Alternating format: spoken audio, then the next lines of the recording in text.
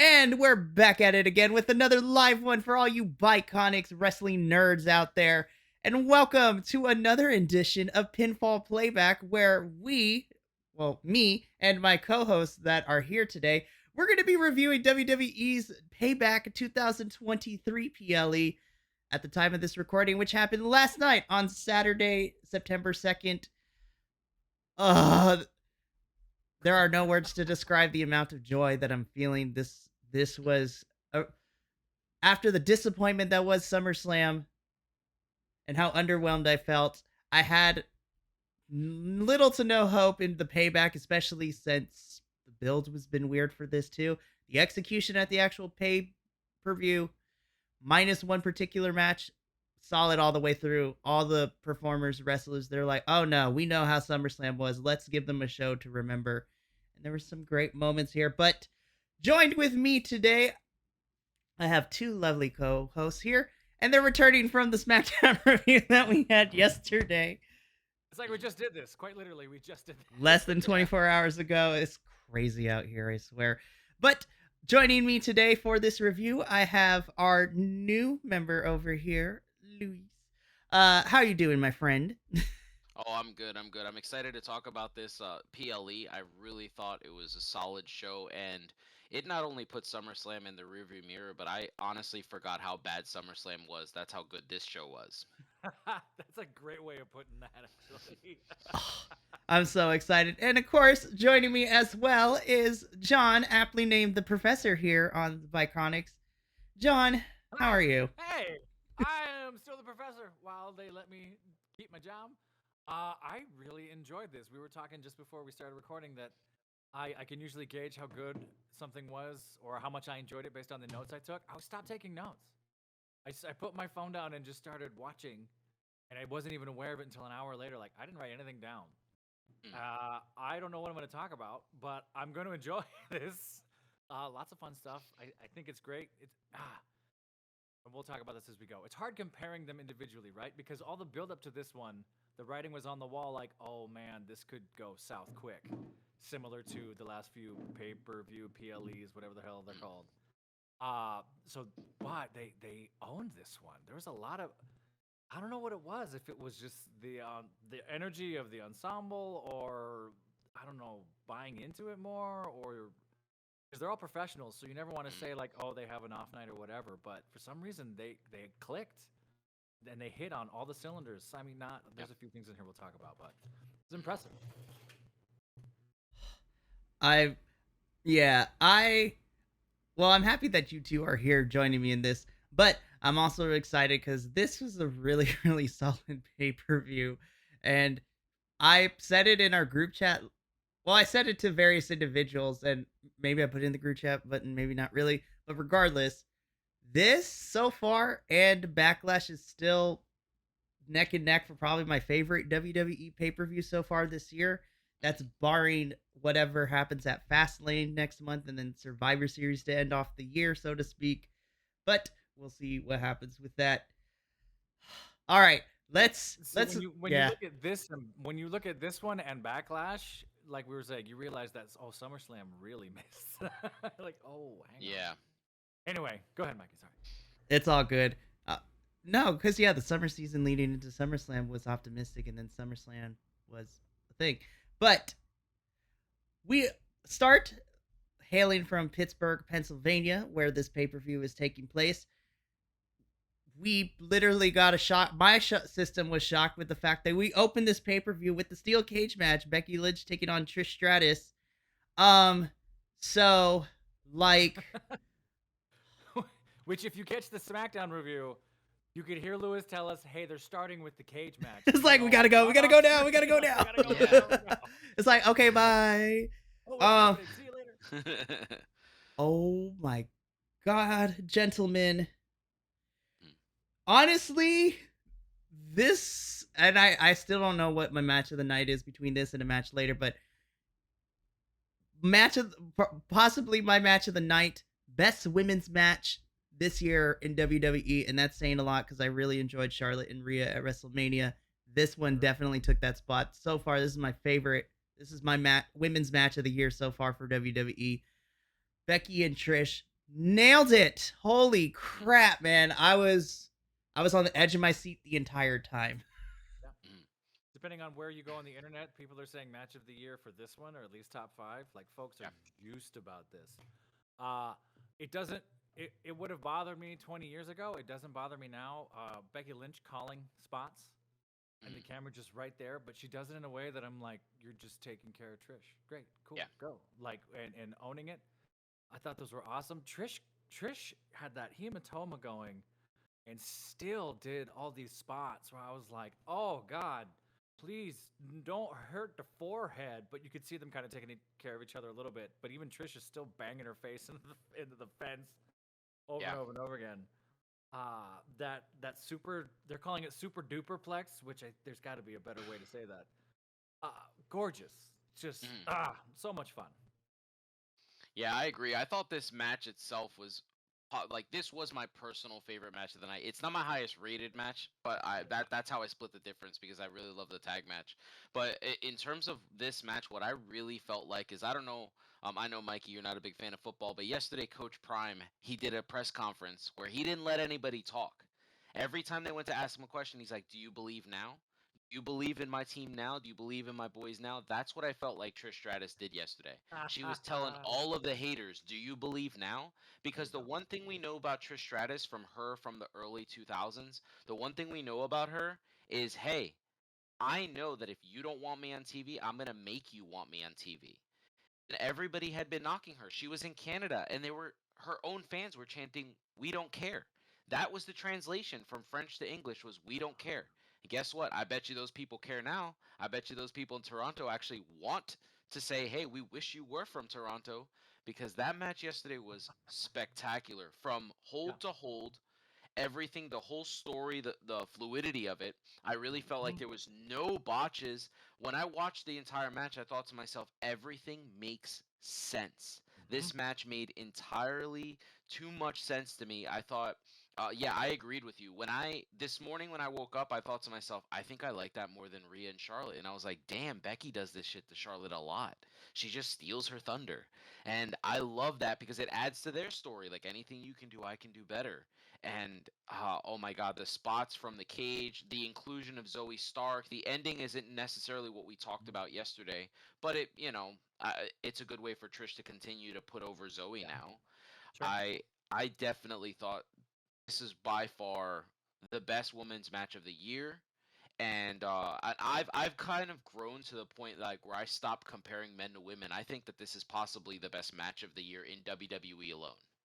Yeah, there are folks calling for that on the internet too. I agree. Mhm. And I think we've all seen this in certain cage matches where you can kind of I I don't believe you, or you wait too long, or it's like, oh hey, catch up to me, I'm getting away, or there's that little they got to sandbag it a little bit because they're ahead of one another. That I never really caught that here. Mhm. It seemed like it literally at any moment Trish was gonna go out the door, Yeah. and twice I thought, oh, it's over. That's how it ends. Oh, she got like it was. They built that tension really well. Mhm. And What? I don't Oh, know what I know Trish got a bad rap from the fans for a long time, and I don't know if it was working with someone else or timing or if Becky brought that out or Trish has always had it, obviously, and I don't mean that, but some folks you're just going to work better with mhm. or what it took, but it aligned really beautifully in this match. What did you guys think of the Owen Hart tribute spot with her feet like caught and her hanging off the side? That I was wild. was like, I, whoa. it I was a love trip. that because How that's did, always been my favorite cage match, that Brett and Mhm. Owen SummerSlam match, and I was like, what a Yeah. great callback! What a It was great just callback! great because she's climbing up and over, and the commentators almost gave it away, which we'll talk commentary later because they were kind of Mhm. off. But Michael Cole was Trish on something last night, and I was like, "What is happening, Cole?" We'll words, talk. straight We'll talk words. about it during the street fight because that's where it was so crazy. I was like, "What are you? Why is Corey Graves making more sense right now?" Uh, and Corey Graves, being a Pittsburgh guy, apparently really kind of Mm. saved Michael Cole in a lot of those spots. Trish looks like she climbs over, gets her foot in there, and then they're talking about, oh, look, her knee, oh, this and this. And I was like, wait, is she going to do the wham and just fall straight down? Like, oh, gorgeous. And then Yeah. Becky helping her back in. I thought that was wild. Mhm. Um, It was beautiful. I I don't know when, and this sounds awful. I started to worry about Trish a little bit just because of said hematoma on the forehead, because I've seen that in MMA and stuff that I've watched and whatnot. And I'm like, please, you don't want the blood. Don't get that the blood clot. Please don't get that. I rewatched it this morning, and she's checking the whole time. Yeah. She knows it's there, and she's just kind of going, nope, good, great, bang. That's the toughness. And The issue with veteran workers is that they work so hard, they don't know how to transition their style. But the really great thing of having a pro like Becky Lynch in there is that Becky was going to protect that spot. That's why oh there's yeah, not a lot of elbow shots. There's not a lot of like punches. They made sure to stay away from Trish's like the front area, and I thought they did a really good job protecting her while not sacrificing the match. mm-hmm. She had her on her shoulders, and she was ramming him fence to fence to fence, and I think that was after they had a little minute. Hey, not the forehead. Hey, I'm doing this and that. Mm. And Trish is throwing her shoulder instead. She's curving him a little bit. Becky's tucking him down a little bit. Like, yeah, there was some really cool moves there. And me and Luis over here were talking about this before because as I was watching this match, I was like, Trish is killing it, Becky's killing it. This is great. And then I had to remember, I forget this is Trish's first cage match ever in her career, and I was just like, Oh, really? yes. I did not make that connection. So this Really? is Trish's first steel cage match ever in her WWE career. Because That's right, then Cole said I was that. like, wait a Cole said minute, that. hold. Yeah, Cole said it, but then That's right. before he said it, I remembered. I was like, I forget because again, when like we were talking off camera for this or on camera, whatever it was for SmackDown yesterday when we were Yeah. running down Yeah, yeah. everything, the women weren't given the same kinds of crazy stipulation matches as the men were. So like Lita and Mickey and Trish and Victoria, Melina, Gail Kim, like all those women, like all they really had were the singles matches and or maybe some street fight type of matches, but like Mm. steel cages, all that kind of stuff. I forgot that they weren't given those opportunities to have those types of matches, and it's not until I want to say probably, yeah, I'm gonna say probably NXT Black and Gold where we started to see the women be able to get these same type of match stipulations. And in my personal opinion, sometimes, no, always 9 out of 10 times they blow those stipulations out the water out better than the men do half the time. That's just Yeah. me. But Yeah, you're not wrong. Trish, I had to remember this was Trish's first cage match. And then, I know WWE does the digital exclusives for their pay per views, like in between commercial breaks and things like that. So I know some people are just like, no, I don't want to see that because that breaks the storytelling and the kayfabe and whatnot. But my heart melted a little bit watching Trish try not to cry of how proud she was of that match, and the audience, getting behind her, cheering, "You still got it, you deserve it," and then her continuing to try to play that heel. But I bet you when she got backstage, I know Trish probably bawled her eyes out. They most definitely got a standing ovation in Gorilla. But I also want to say, so I made the comment earlier that anything Charlotte could do, Becky could do better. This kind of works with Trish and Lita too, because it's like Lita had a cage match with Victoria on Raw, and it's nowhere near this good. Mhm. So like, and they've kind of followed each other. Like I think Becky and Charlotte will be the next version of Trish and Lita, and we're gonna be comparing the two for the rest of their careers. And I just absolutely love it. I love that now we know Lita's had a cage match, and so has Trish. You know, shout And out we to had we Victoria had again, by we the had way. two nods. We had two nods to Lita, right? We had that twist of fate, like Mhm. almost halfway through, which was like, oh my god, I saw that. And Yup. then there was something else that happened later on, and I was like, that's oh my god. I just forgot the name of the thing. What's the Widow's Peak? There's the Widow's Peak later on. I was like, oh Yes, I I was, yeah. love I was like, that was yes. What? that was the cage match. That's exactly why I wanted to bring it up, because if you look at it, the Twist of Fate and the Widow's Peak, that was the cage match. It was Lita versus Victoria. I think they were paying homage to that It match. was Yeah, beautiful. it's kind of great that like I'm not bad. I'm not good at doing homework, but there's a part of me that's like I love seeing them do homework, like you were talking Yes, about. Like, oh yeah, the nod of this, the nod of absolutely. this, so that there's something kind of almost every 5 years of wrestling fans are sort of like, that's a nod to this, that's a nod to that, that's a oh my god, like that's really cool. I'd also like to put my stamp on the claim before we move on. Becky Lynch does the Rock Bottom better than The Rock does. I am The behind Rock that is in my statement. top 10 all time. He is number 6 or 7, I think, when I did my top 10 list all time. I got to be honest with you, though. The way she does it, it's what I've always wanted. She makes it look brutal. It's like the RKO. Everybody does the cutter, but Randy's looks the best. Well, Becky's manhandle slam is the best in the business. Yep. Mm-hmm. Kind of does. It's I mean, I'll do my homework. Yeah. Well, it's different in style, right? Becky's doing it to kill you. The Rock's doing it Yes. to set you up and look cool. I know, yeah. But He even finished then, some matches with it, but yeah. But yeah, if you put that little oomph on it, that's violent. It looks amazing. it Yeah. it really is. And then of course, like the last thing is after the match is over, Becky leaves and she goes up the ramp. We get the small moment between Trish and Zoe inside of the cage. Trish hits like slaps Zoe, and then Zoe hits her finisher on Trish to lay her out as we go to commercial break for the next match. So I was like, Zoe is a, if not a face, at least an in betweener now, which I was like, okay. So then I'm like, so I wonder if Trish is going to take some time off, if this is it for her. Is her and Zoe going to go at it for a little bit, which I'm okay with. But I think after this cage match, Trish has cemented herself as like, yeah, I've always said that Trish is one of the greats, and this also adds to that resume of why she's one of the greatest. Oh, yeah. Absolutely. She's definitely Mount Rushmore. She's up there. Oh, for I think sure.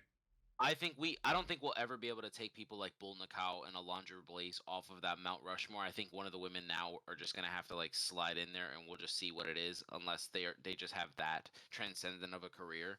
But the people like Fabulous Moolah and Mae Young, I think they've been bounced off that. Trish is definitely on there forever.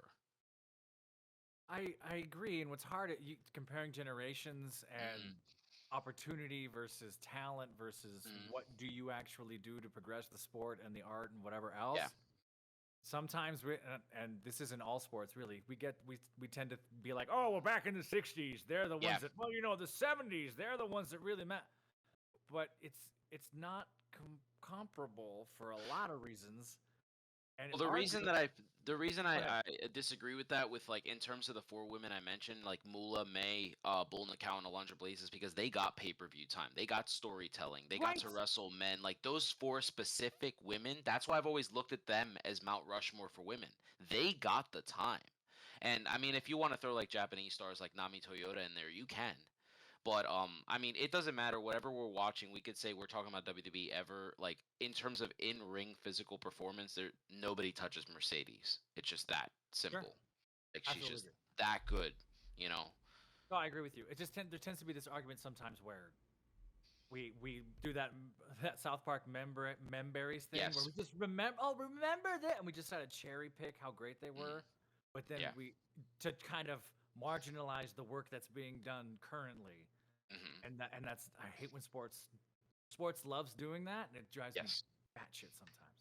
It's never gonna stop my opinion. Michael Jordan's the greatest of all time. I mean, we're the same age. I will agree with you forever. Carry on, Mikey. Go Yeah. ahead. I named my daughter after that man. So Her name's 23. Is that? no, no, no. Can you imagine? uh, yeah, but honestly, this was a great way to open the pay-per-view. Yes. And then, you know,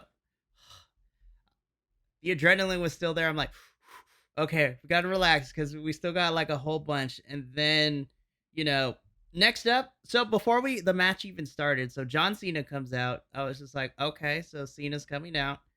Again, this promo was a little weird. um, again, mm, I understand why, because we want to utilize as much of John Cena as we can, that we have him for the next 8 weeks or so. Yeah. But I hate hosts for pay-per-views unless it's Snoop Dogg.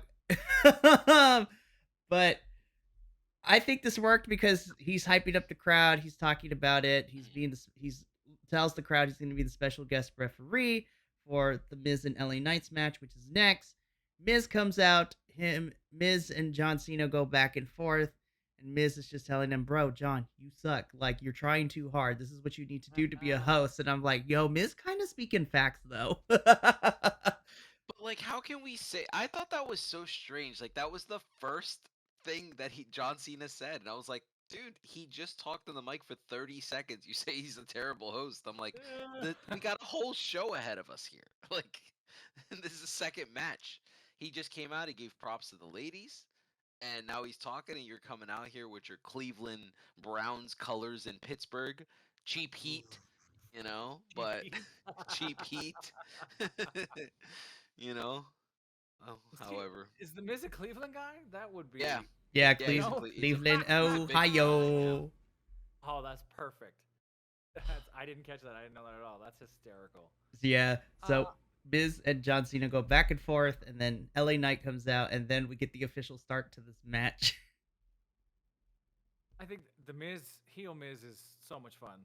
Mhm. I have so much fun watching heel Miz and hearing heel Miz talk, and is so good. And we were talking about this on SmackDown too. The Miz has sort of become that locker room guy of like, hey, think of this, think of that. Don't worry about this. Like trying to calm folks down.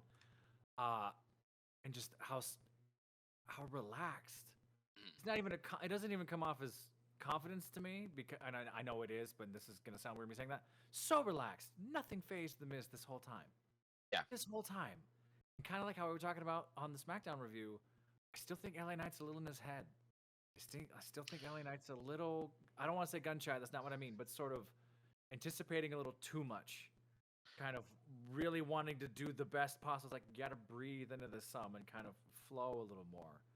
I agree with you. Now it's coming off as like tense and stressed as opposed to confident and just let it happen. So what? It was the three of us that talked about how LA Knight's still working like a heel, right? Yeah. We Yeah. had that conversation Mhm. yesterday. You know why this match didn't work for me? Because that's what I saw. I saw a person.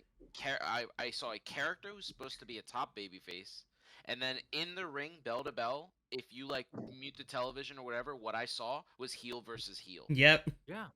That LA Knight needs to change his style. He can still do the moves he's doing, but he needs to change the way he's presenting them. And please, just leave Alexa Bliss's like rope DDT alone, because you don't second Alexa Bliss drop here. Like, don't, it doesn't work for like, that move is designed for someone small like Alexa Bliss, not for a guy your size. And it just didn't work. It looked clunky. It was almost like a cradle pile driver. Like, that move's designed for KO to do only. Don't, you know, it just didn't work for me. I thought the inclusion of John Cena, I thought, saved this match, to be honest. Like the way he performed, the way he played it up, and I don't know. I want to look into it, but the interaction at the end of the match with Cena and LA Knight, That was weird. It didn't feel genuine to me. It felt almost like, is this what they're talking about with like LA Knight's attitude problem? Because that's what it came off. That's how it came off to Ooh. me. And like you said, him playing this heel the whole time, I think what really exposed that in this match was John Cena being a babyface referee Mm-hmm. because the audience adores him. And every time they went to almost punch John Cena, everyone went boo. Didn't matter who you Yeah. were. And then John Cena stopping them from cheating or stopping them from doing too much. The audience was all in for John Cena.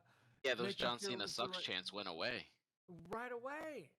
And that kind of made it sadly, it put LA Knight back into the gray. Not even between her. This gray. I Where think are you? What are you doing? How are you doing? I know people don't want to hear it, and I'm sure this is going to be a hot take, but I think he's in the spot he's in right now because he's just not ready. I know he's 40, and people are like, "Come on, when you're going to do it?" But he's just not ready. I think if he won the title right now, it would be like Sheamus's first run. He would be a transition champion. Oh, for sure. I love LA Knight, but I totally agree with you. I'm like, sir, we need to fix a couple of things, otherwise you're not going to Yeah. be ready.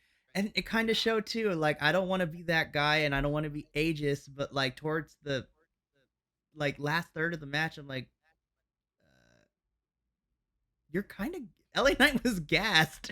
Yeah. That's what I wrote down. I think we group texted that too. It was like, you're out. And The Miz has cardio all over the place. It's still doing His all the things. cardio is ridiculous. Yeah. And I don't want to fault LA Knight because I was calling for this 6 months ago. Like, play the hot hand, push that guy, figure it out. And I think they did it kind of. They went the wrong direction with some of this. They kind of overworked him instead of getting him to work on himself. And what are we doing? How are we doing? What are we doing?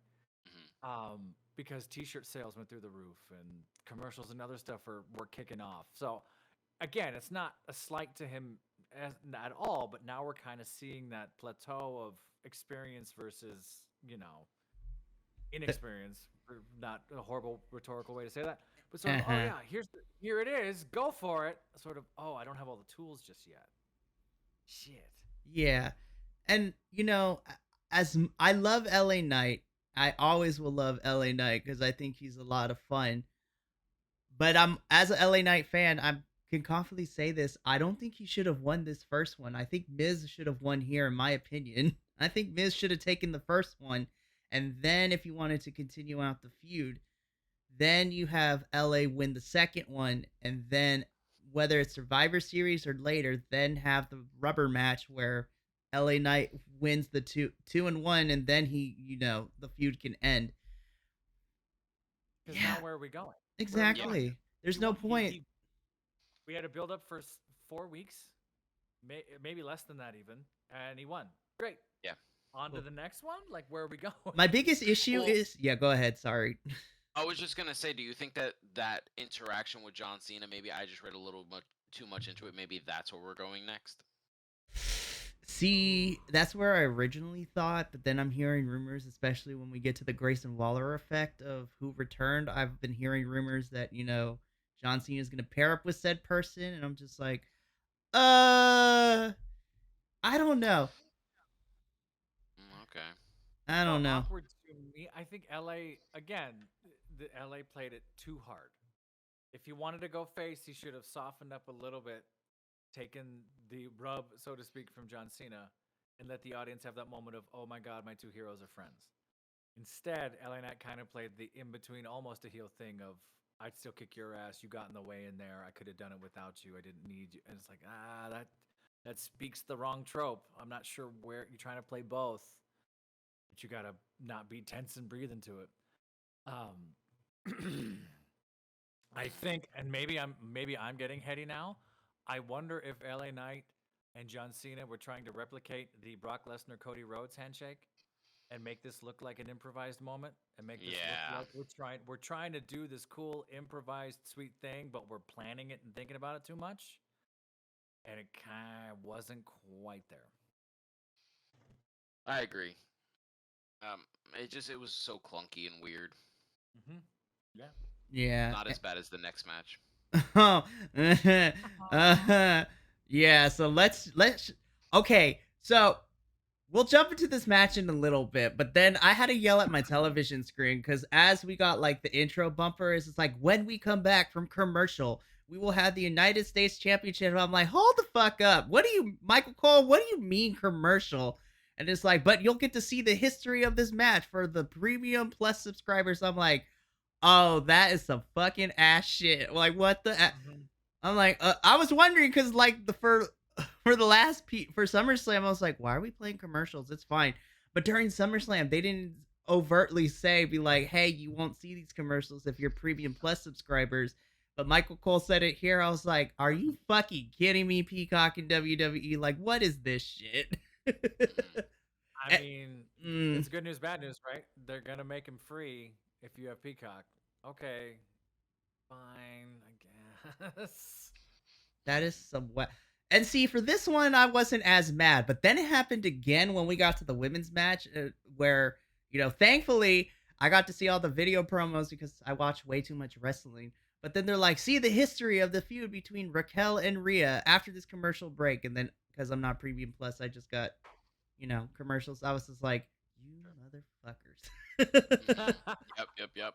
I hate Yep. it. I hate it. But when I don't know for everyone else, but when I got back from commercial break, next up we have the United States Championship, Austin Theory versus Rey Mysterio.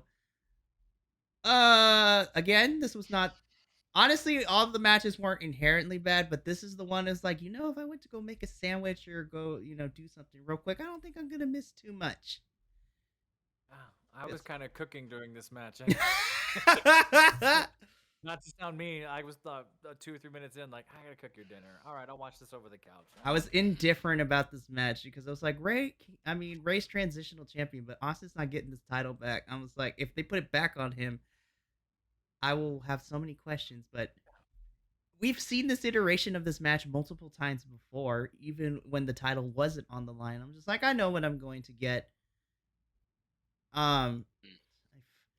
again, I understand because Austin's a heel, but I'm still soured by Claudio. I was just like, almost pulling off Ray's mask in the corner when he was on the top turnbuckle. I was Man. like, what the Western So that's audiences have made twice. me That upset. was on SmackDown. He was messing with the mask, and on this one, he was messing with the mask again. Western And wrestling has made me upset because in Lucha Libre, unless it's a mask versus match, I don't want to see that shit on my television screen. I oh, was but like, it hurts me, and me and you, Professor, have talked about this on multiple occasions sure. before. Do you think I, that what we're getting right now is like a throwback to the past? Like back in the day in like WCW or something when Yuji Nagata spoke, right? Like he had Sonny Ono speak for him. He never spoke English, and even if he sure. could, right? Or like I know a lot of people believe, like I don't want to break kayfabe here, but I know a lot of people believe that Yoshihiro Tajiri can't speak clear English. Yes, he can. The character you saw on television, that is a character. He is giving you an accent. The accent is what's selling you. So I'm wondering if like because we've seen like Shinsuke Nakamura speaking Japanese fluently, we've seen it with Asuka, with Io, and we've seen Raquel use a lot of her like her Mexican roots and her bilingualness. I'm wondering if we're going back to the days of Lucha where they're like, everybody seems to be really excited about this the inclusivity. So back in the day in Lucha wrestling, like if La Parka was wrestling somebody, they would try to pull off La Parka's mask, like even if it had nothing to do with it. Sometimes that's how matches ended. So I wonder if like it didn't have to be a mask versus match. They're just trying to get like heat with the crowd, and there's a crowd Hmm. now that doesn't know that. And So it's like, you know what? huh. see, I agree with you because but I think my issue with it is like at least for not I know we're talking WWE, but to give an example, like WWE really doesn't do like trying to pull off the mask that off too often. I mean, we got it with Austin Theory and Ray twice within the same week, but even then, that's fine. I think my issue with it is because, and I'm bringing again WWE review, but I'm gonna bring in AEW. I think the fact because Penta is always losing his mask like almost every other week or every single week, it Yes. like I'm desensitized to like what the meaning but in the disrespect behind in the lucha libre code of demasking someone or trying to at least. I'm so desensitized because Penta loses his mask not only in AEW but also in AAA because when in his ambulance match, QT Marshall demasked him to put him in the ambulance to win. Yeah. I'm so desensitized, and I think that's my issue. I'm so desensitized because AEW and AAA have been doing that. Well, mostly AEW, Penta or Phoenix or Commander are losing their mask like almost on a weekly basis at this point across all the shows. I'm just like, I hate the spot now. I'm like, why? It meant something, and now you're killing it, just like the Canadian Destroyer. But that's a different conversation. And I think you're right, Lewis, in the sense that modern Western audiences, particularly now, have no reverence for that mask. There was a Yeah. time 20 years ago, anyone in a mask, oh shit, that means something. Mhm. Hell, Kane, Mark Marrow, and that weird mask arc that Mark Marrow had way back in the day. I Like love what? Mark Marrow. I'm gonna do a Yeah. wrestler spotlight on him. I'm a big fan of his. Yes. Go, Mhm. please. Uh so like anyone that had a mask even 20 years ago, even I had a sense of like, oh, that's important. That means something. It's a holy object. Like we see it as something. Mhm. Now it's just, oh look, like their costume. It's like, no, no, no, you don't understand what that means. So to even touch it or to attempt to take it off or in AEW rip it means something. Mhm. And now it's sort of it's a little tropey. So you're right. I think we either have to start teaching the audience the importance of, I guess, for lack of a better term, or sort of or make it a bigger deal somehow as Yeah. opposed to just ripping costumes. I wonder if back in the day, because we didn't have social media and not everything was like recorded, I wonder if this was a spot that they ran at every single city, but there was no communication between wrestling fans. But now, yeah, I That's mean, you could interesting. watch a show, like a live show in like, I don't know, somewhere in West Virginia, right? And then you'll see it on TikTok later. It'll be somebody, a content creator who likes wrestling, who's like, "Oh, I was live at the show." And then, we get to see, "Oh, wow, like Rey Mysterio almost lost his mask." But the problem with like going back to the WWE thing, the thing that bothers me is because Rey Mysterio losing his mask in WWE matters because that's what sold the Chris Jericho feud. And now you're like replicating that, and that to me feels like they're just trying to they're trying to steal from the same thing. Like when Brock Lesnar superplexed the Big Show. And then they were like, you know what? We're gonna have Mark Henry superplex the Big Show, and then we're gonna have Braun Strowman superplex the Big Show. It's like, no, like keep that special to this Yes. one thing so we always can look back on that. And I'm just telling you, I'm going to lose it if he does the 619 and somebody pulls his mask off. I'm going to be like, that's a Jericho spot. I agree. I think so, and I think you can go back to the well too many times, and then it Mm, doesn't mean anything. You're doing it, and you do it in the short term because hey, look at this event, look at this thing we're talking about. But in the long term, I don't care about that anymore. You just kind of ruined it. yes, like Notice the Young Yeah. how Bucks. we've been talking for like 5 minutes. We haven't talked about the match. We've been talking But about the match. that's to speak to how like uninterested I was because we've seen Yeah, this match Exactly. multiple times before, and yeah.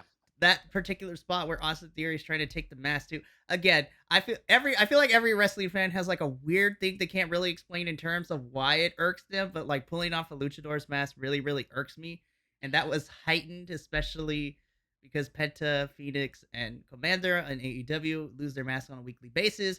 But I think it was heightened, and Professor was there for my very long rant for this. When Claudio put it on, it just broke me as a person. I was just like, I want to hit you, Claudio, in the face. I can't explain why, but I was just like, ah! But I mean, back to this. But Rey Mysterio, I will say there was a particular spot I did like where Ray goes and tries to frog splash onto Austin Theory, or not frog splash. He jumps to try to, get on Austin Theory. Knees go Mhm. up, and then there was a little bit of a delay, but then Austin Theory rolls Ray into him and then picks him up to kind of like in a fireman carries position. I'm like, oh, Yeah. that's cool. But yeah, but ultimately Ray retains the title. Um, was it this match that the most powerful move in wrestling history made its appearance? The surprise schoolboy roll up, the roll up. I think so. Doesn't he? Uh, uh-huh.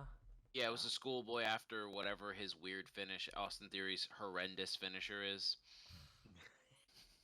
I Austin Theory needs a I've new finisher. Just saying. I've used this to describe matches before, and it's never gonna get old. I could have watched this on SmackDown. In fact, I've watched this on Honestly, SmackDown Yes, four I times. love I've that. seen this I on SmackDown. That is the I perfect comment. You could put this on Raw. Hell, you could put this on a house show in West Virginia, and I can watch it on seriously. my phone. I've seen this match, like you say. If I'm, So 100%. They could have taken yeah. this off and they could have put Chelsea and Piper on defending the Oh my United States gosh, cards. yes. Give me Chelsea there you go. Green and Piper Niven. Like I'm put Kaden and Katana against them. Give them like 7 to 10 minutes. That match would have slapped. And Yeah, I don't, absolutely. and I think and we've talked at length about themed matches and what matters, but Cinnamon Toast if Crunch reared its this is ugly cinnamon head toast, into its match again. if it's just cinnamon toast crunch, it's gonna be a C plus. Like, okay, Mm. do something with these theme matches, I'm telling you. or else I'm no interested. You've already Yep. kind of told me, all right, this is kind of meh, no matter what. That's what I'm You know, telling you you. guys talked about how you felt like Shotzi didn't have a finisher, right? And the reason I'm only bringing that up now is because did you know that Austin Theory once reached out to Randy Orton because he did a version of the RKO for his finisher? Oh, I no also way. bring this up because we bring up Mark Mero and his finisher was the TKO. That was Austin Theory's finisher in NXT. When did he start doing this weird I'm gonna drop your face to my knee? Why are you not doing the TKO? I don't A- get it. Again, when the NXT kids come up to main roster, like Creative and Vincent Kennedy McMahon get their hands all over the package, they rip it up, and then they like be like, "Oh shit, we took too much off," and then they try to duct tape everything back together and give me a watered down version or their version of it. I'm like, no. I'm like, listen, NXT is a lot different than when Triple H and Shawn Michaels were in charge of it during the Black and Gold era. but there's a lot of good characters in NXT that every time they get to the main roster, I'm like, you fucked it up. Like, Yeah. again, I don't want to go too much on a tangent, but where the hell is my spooky girls? Since they lost to Ronda and Shayna, I was just like, Isla Dawn and Alba Fire have not been on my television screen, and it makes me I think they upset. didn't get a big crowd reaction. I don't think people like reacted to them to the way they wanted to. They're really good in the ring, but I just think Yeah, their character didn't get over. main roster, you suck. The audience, main So roster audience, I'm you suck. I I'm hate you. replaying Austin. I'm replaying Austin Theory Rey Mysterio behind me right now, and there's a dive. Rey Mysterio does a dive into a DDT, and I just caught it now. His mask totally flies up and off, and he Yeah, just I hits was the ground. gonna say. I forgot about that. He hits the ground and goes boom, boom, boom, and then looks up like, did anyone see it? Did anyone notice? That was Nobody noticed? Unbelievable. unintentionally a Alright, I'm gonna meme. I love it. I was just, and then big wide-eyed, like, did that just happen? Yeah, again, it's a really clean, solid C plus. I could have watched this anytime match. Yeah. That's what And I I don't have know. here too. I don't know if that's what happens with sponsored matches. Like, if that's just sort of like, hey, they're sponsoring this, don't bleed and don't get hurt, or whatever that is. Isn't this like the third cinnamon toast crunch match for Rey Mysterio? I want to Does he say have to this kinda is deal this with the them? second one. I Okay. I think like Ray's like one of those like athlete ambassador types of one. Sadly, no Sol Ruka in a costume this time around. I mean, I know if he was on the You know, box, I'd buy it, but. since you brought up that race spot, did you happen to catch that Trish Stratus spot with the fan yesterday, or did you not see it? Oh, what happened? What What happened? She was walking towards the ring, and it was right before she took off her jacket, and a fan says to her, "You're gonna lose to Rebecca," and she got face to face with the guy, and she said, "Shut the fuck up." Yes. It was like, yeah, it was very hot because I was like, "Oh, I No, didn't know no, no, she not was Becky. that curse." Rebecca. Yeah. Oh. I That's was like, "Whoa, crazy. Trish! Like, what is going on?" I was like, "And Peacock, let me see that." I saw Becky sign the sign of the kid that had the check marks. Did you see that? Oh, After No, I yes. didn't see that. That was super cute. The kid was like, beat. Oh, he had a whole list of all of Becky's achievements, and they're all check marks. And the last one said beat Trish. Check. Oh. Signed it, handed him the pen back. That's why I love and Becky little so kid, much. And he's just like, oh, I'm at Becky, and he's freaking out, looking for someone to talk to because he's obviously by himself. Yeah. His parents are behind him, so he's like, it happened. What? Hey, no! Like trying. It's adorable. But Yeah. Rey Again, Mysterio. this match Yep. was so good. We're talking about Becky Lynch and Trish. Yep, Well, we had to go back. We had to go back because this was again, this wasn't inherently horrible, but it was like a paint by numbers. We knew Ray wasn't gonna win. Hopefully, Austin Theory is in the rear view. I don't want to see a rematch at Fastlane. Let's start setting up either Ray versus somebody else or Ray versus Santos, like what we're getting. If I'm being completely honest, just to put a Booker hat on, and you both can tell me I'm wrong, I think I would have liked it more maybe instead of Ray being in this match. Like Austin should have still been champion, and then this is where you have Santos take the title off him if you wanted to. Like I don't know. I'm just saying. Sure. And that's why I'm wondering if that concussion to take care of Ray thing that happened did knock this completely off the rails. If we were going to go somewhere, or the Santos and the knee injury was a band-aid to get something else to happen, and they just kind of messed up Maybe. timing of I all mean, this it stuff. seems like it now, but I'm still of the conspiracy firm belief that Santos was always meant to beat Ray regardless of the concussion or not. But I don't know. I feel like they changed their mind because again, main roster audiences suck because Santos and well now it's LWO, but El Legado del Fantasma like in NXT ruled. Like again, of course they were heels, but the audience was behind them. But since coming again, NXT coming up to main roster, the main audience is like, "Oh, we like you," but that's because Ray's there, and I'm like, and it hurts me. It hurts me so much. Yeah. Because Santos is great, Joaquin and Cruz are amazing.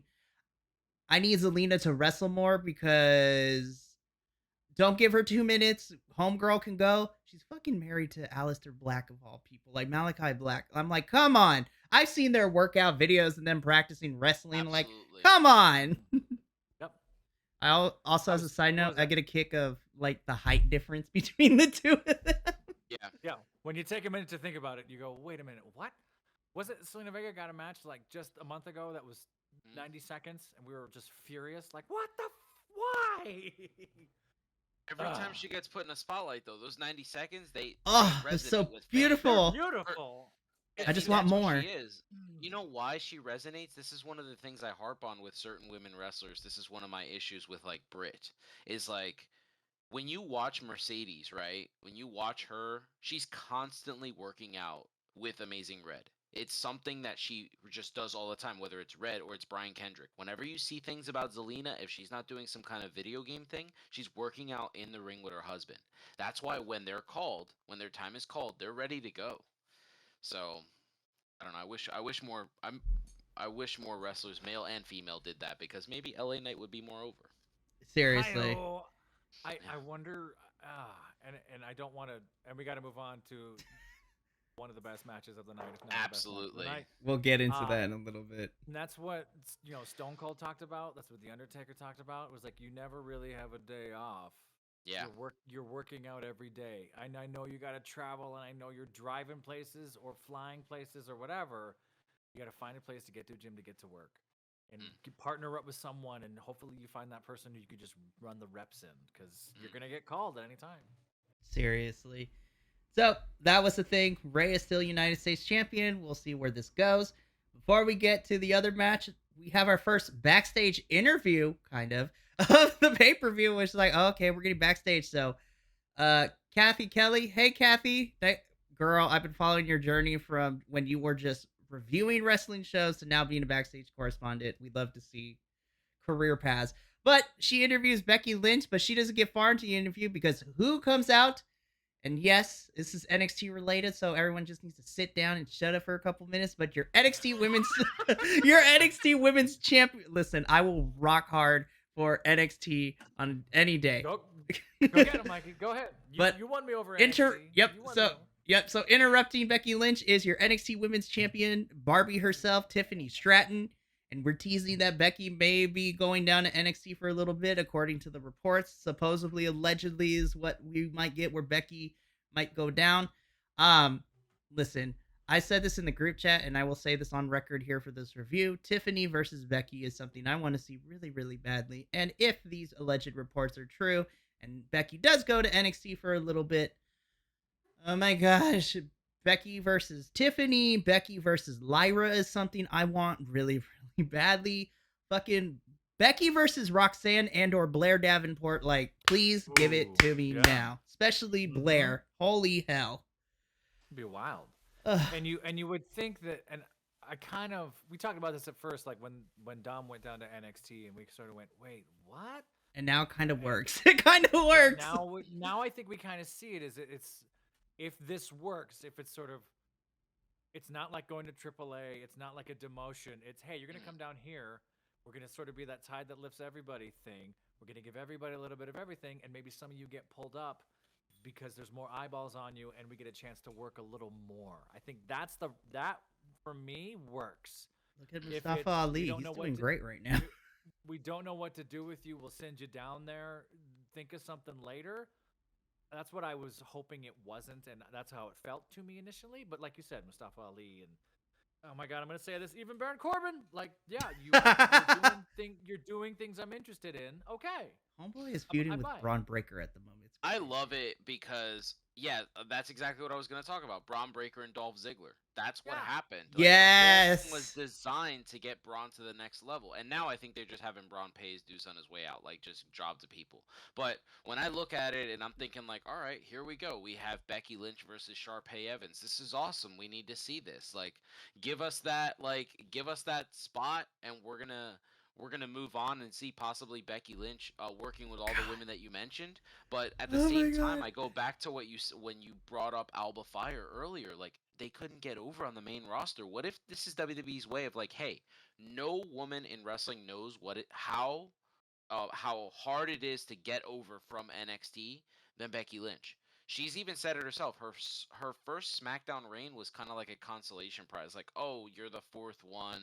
You know, you didn't get over great. Let's just put you on this show by yourself. We'll give you this title, and hopefully you'll do well. I mean, if you remember when she lost the title, it was kind of embarrassing. Like that was the way that the story was told to us on screen. Maybe they don't want that to happen with Tiffany. I mean, maybe they want Tiffany to be like that next big star, Mm-hmm. and they're like, you know what? Go down there, work on her promos with her, go down there and get her ready for the main roster. You guys will work for NXT for a couple months, and then guess what? In a couple in a couple months, possibly half a year down the road, she'll be up here wrestling you at possibly Survivor Series. Like maybe we have That would NXT be versus WWE main roster, and yes, I think it please. That works. would And be this is cool. a hot take, but Tiffany's moonsault is the prettiest thing I The have ever best seen, in the and it's game. bitter. It's the best. It's better than Charlotte's, and I will die on that statement. But Yeah, it reminds me of Ring of Honor, yes, Christopher Daniels. It is that beautiful. I love it. What I would love to see her break out though, like for a PLE, would be the super crazy moonsaults. Like do it from the yeah, bottom rope, the middle rope, the yeah. top rope. Like I want to see you like stand out from the rest. That's what I want to see because she's already told us like, look, you made the comparison when you started talking about her. A lot of people just consider her like Barbie. She's made it very clear like this has nothing to do with Barbie. She's trying to be the villain from High School Musical.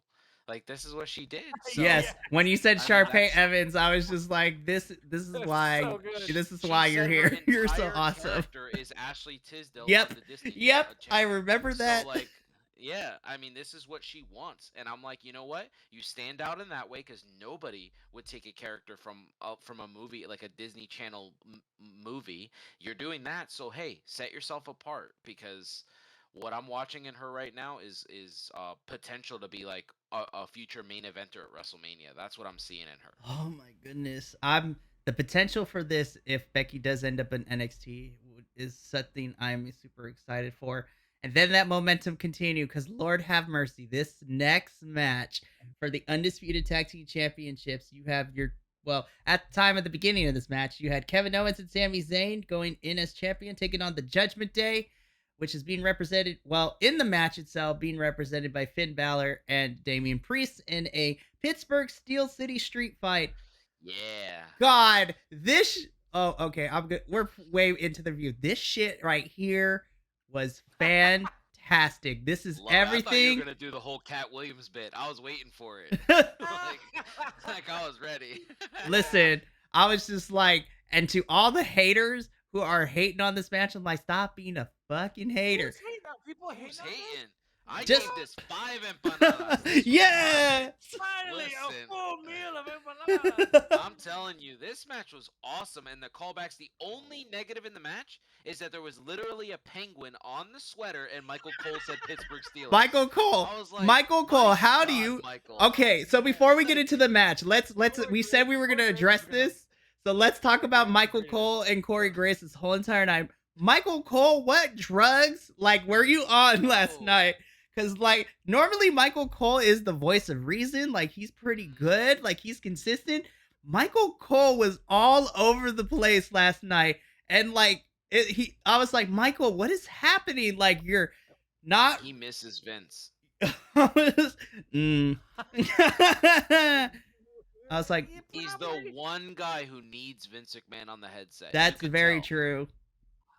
I Corey Graves saved a lot of this tonight. Yes. And I was like, Absolutely. normally I don't like Corey on commentary, especially when he overdoes the heel commentator.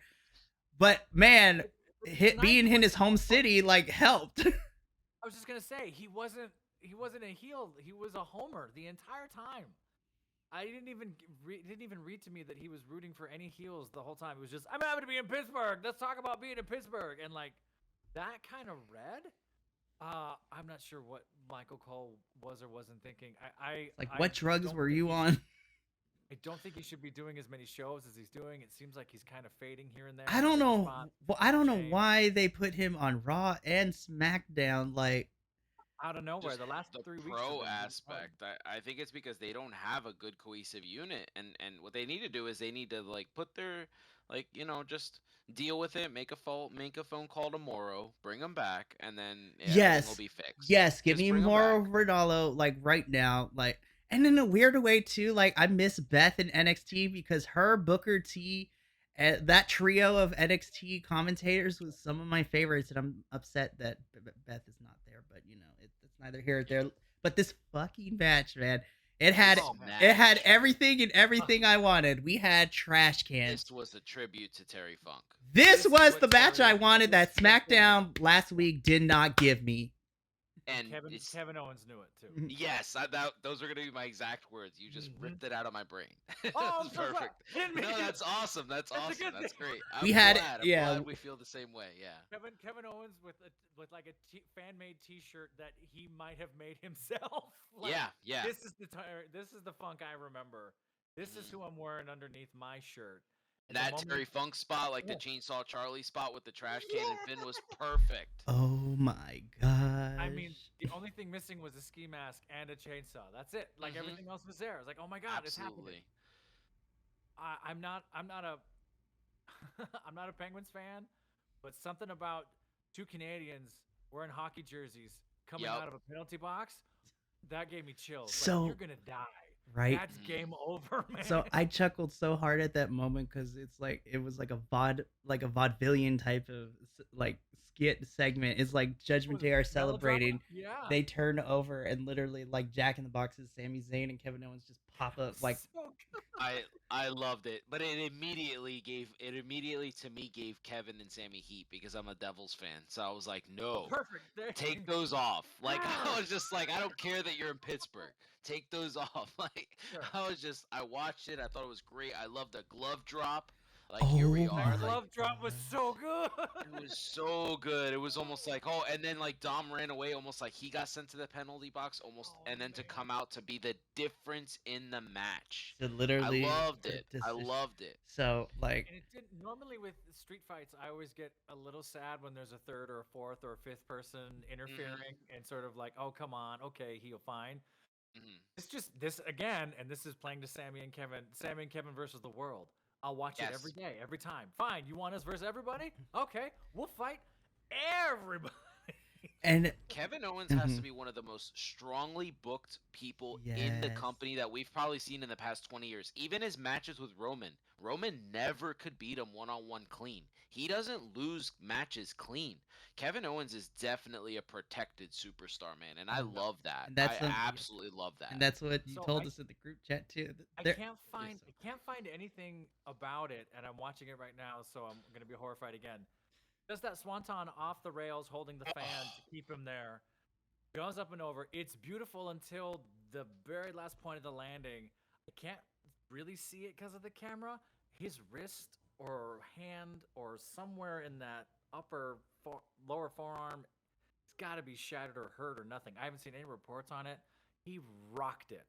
As You can someone who had Little Dixie jump off the top rope to senton me on a table once, that did not break. I can tell you That did not break. No, it did not break. No. But well, as someone who had that happen, I can tell you exactly what Kevin Owens was doing there, and this is why I think so highly of him. He was doing everything in his power to protect Dom. That's what everything he was doing. He was like, I'm not gonna put anybody, or no, I'm not gonna put anything on the next person, because whenever you watch the Jeff Hardy spots, he makes sure that the middle of his back is on the middle of the person of the ring. He never protects, he never over rotates, and lets just the momentum break the table. KO is a professional, man. He is all about protecting the man he's in the ring with. I think that's why we'll never see anything say Kevin Owens hurt this guy or this guy got injured in a KO match. He would rather hurt himself, which is something that I wish he wouldn't do because he's so special. But it's just, I think so highly of him, man. I think he's just so good. I mean, that table spot, the trash can with the kendo sticks is always my favorite. And then even like the last 5 to 7 minutes. Like normally in matches, I hate overbooking when everybody gets involved, but in a street fight like this, especially against Judgment Day, it made sense. Mhm. JD getting rocked was a thing Yeah. of beauty. Rhea Ripley just spearing Kevin Owens through the barricade made me pop really hard, because I was like, this is the Rhea that was in NXT before she came up to main roster. little This bit. is what I want to see. And then, like you guys said, Dominic kind of being the deciding factor when he broke up the pin with the briefcase, which allowed Finn specifically, to pick up the win for Judgment Day and your new undisputed tag team champions, man. I was just like, yo, Finn actually got a win.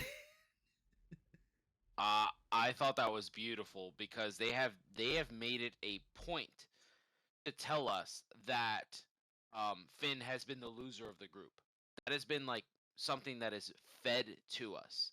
And this is one of those where it's like he gets the W and he doesn't even realize he got the W. That's how out he was. Like if you watch his acting when the ref is like, "You won," and he's like, we won. And even Damien doesn't realize it because it's almost like they expected to lose this match. It was but we cannot go on talking about this match without talking about that amazing spear by Rhea Ripley. Oh my gosh. That is yep. Who said it in the chat yesterday that that she looked injured? Tell me that acting That was this wasn't one. phenomenal. That was this one. Sold that- me. Yeah. Yeah. It looked like it killed her, and then she got that whole moment to breathe and get her energy back. Yeah. But I bought it. I had a good 30 seconds of like, oh my god, she fucked herself up. Yeah. And then all of a sudden rolls out of it like it was nothing. Like, damn, gorgeous. Yeah. She's amazing. And once again, KO getting in that spot. Like, I gotta say something. I'm wondering if we're eventually gonna get a Rhea versus KO match because she's put her hands on him a lot. Please. That would be. See, I want that, but I don't know if WWE will do that because they're like, oh, it's for the kids. No, give me this match. Like, I need this right now. But what woman would you pair with Kevin then? That's the thing. He's never really had that person. So who do you pair with him to go against Rhea? Unless Rhea's the it's only. Raquel. Yeah, I mean, listen. More Raquel on my screen personally, I wouldn't be upset with, and we'll talk about that later. But I mean, why not put Rhea versus KO? I mean, commentary and all the social medias and WWE continue to say, "Oh, she's the modern day China." Let Rhea fight the dudes out here. I want her to fight dudes out here. Let her fight dudes. Yeah. I just want if she's gonna when she starts fighting the men, which we know it's gonna happen, she just got to drop that title. I don't want that title to be in there. Yeah. I don't need Harvey Whippleman 2.0. Don't give me that. Just like give me a different champion.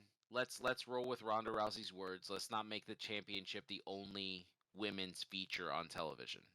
You know. I would. Sorry, I had to. My brain checked out for a second. I would love to see Rhea Ripley, Kevin Owens, because now we're just sort of running back some of the homage to China and how China would take on anyone, anywhere, anytime. Yeah. And even with what Rhea Ripley was wearing, I was like, I know what that is. I've seen that before. I know what that's kind of a throwback to. And I think you're right. Like the women's title for so long was sort of like that kind of held back a division. This is the only storyline that you should care about. And luckily, we've broken out of that for the most part. But yeah, again, they kind of wrote Rhea Ripley into a corner, and in the name of let's give the Judgment Day all this gold, and now they're super heels with all this gold and the Money in the Bank. Where do you go? What do you do now? Are you a target now? Are you? I don't know. I don't know. It's hard. It's like, great, Yeah. you have all the belts. Now what? Well, so okay. I mean, they had to put all the titles on him because they can't give him the World Heavyweight Championship yet. Seth is on a roll.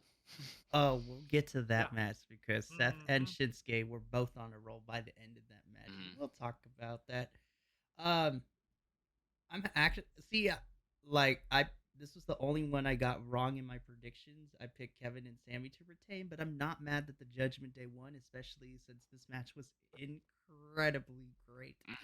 Oh, it was fun. This is how, and I mean, Kevin Owens bled when he popped up for the penalty box. I'm like, sir, you weren't bleeding that much a while ago. Like, what happened? But I don't care. This is great.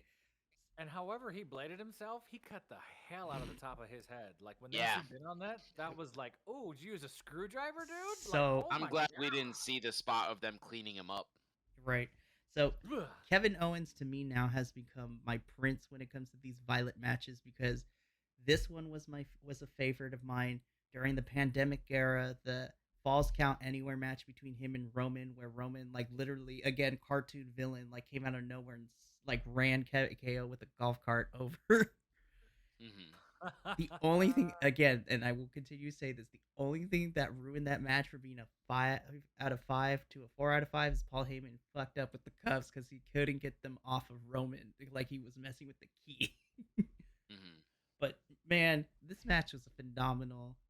I've I've made my decision. I think I love the steel cage match, and I think from that perspective it was. But I think entertainment wise, this is probably my match of the night between the two of them.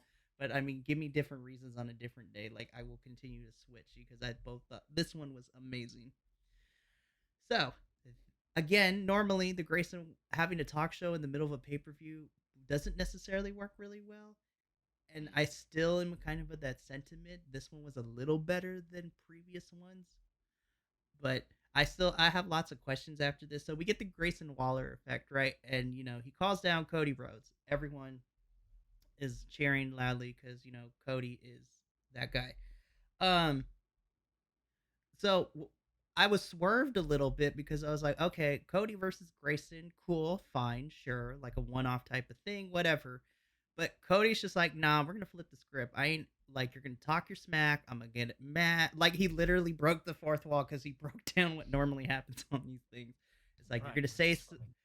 I'm gonna get street with it, so I'm gonna use my terminology. I'm like, you say some fuck type shit, then I get mad, then the earrings come off and we gonna fight, and then I'm gonna stomp your ass. But he's like, but no, we're not gonna do that tonight. I'm here to make an announcement. I pulled some strings, I cashed in on my chips, and there was an egregious wrong that was done on SmackDown. I'm like, wait, what are we talking about? And then he's just like, the newest member of the Monday Night Raw roster, main event Jay Uso, and then Jay comes out.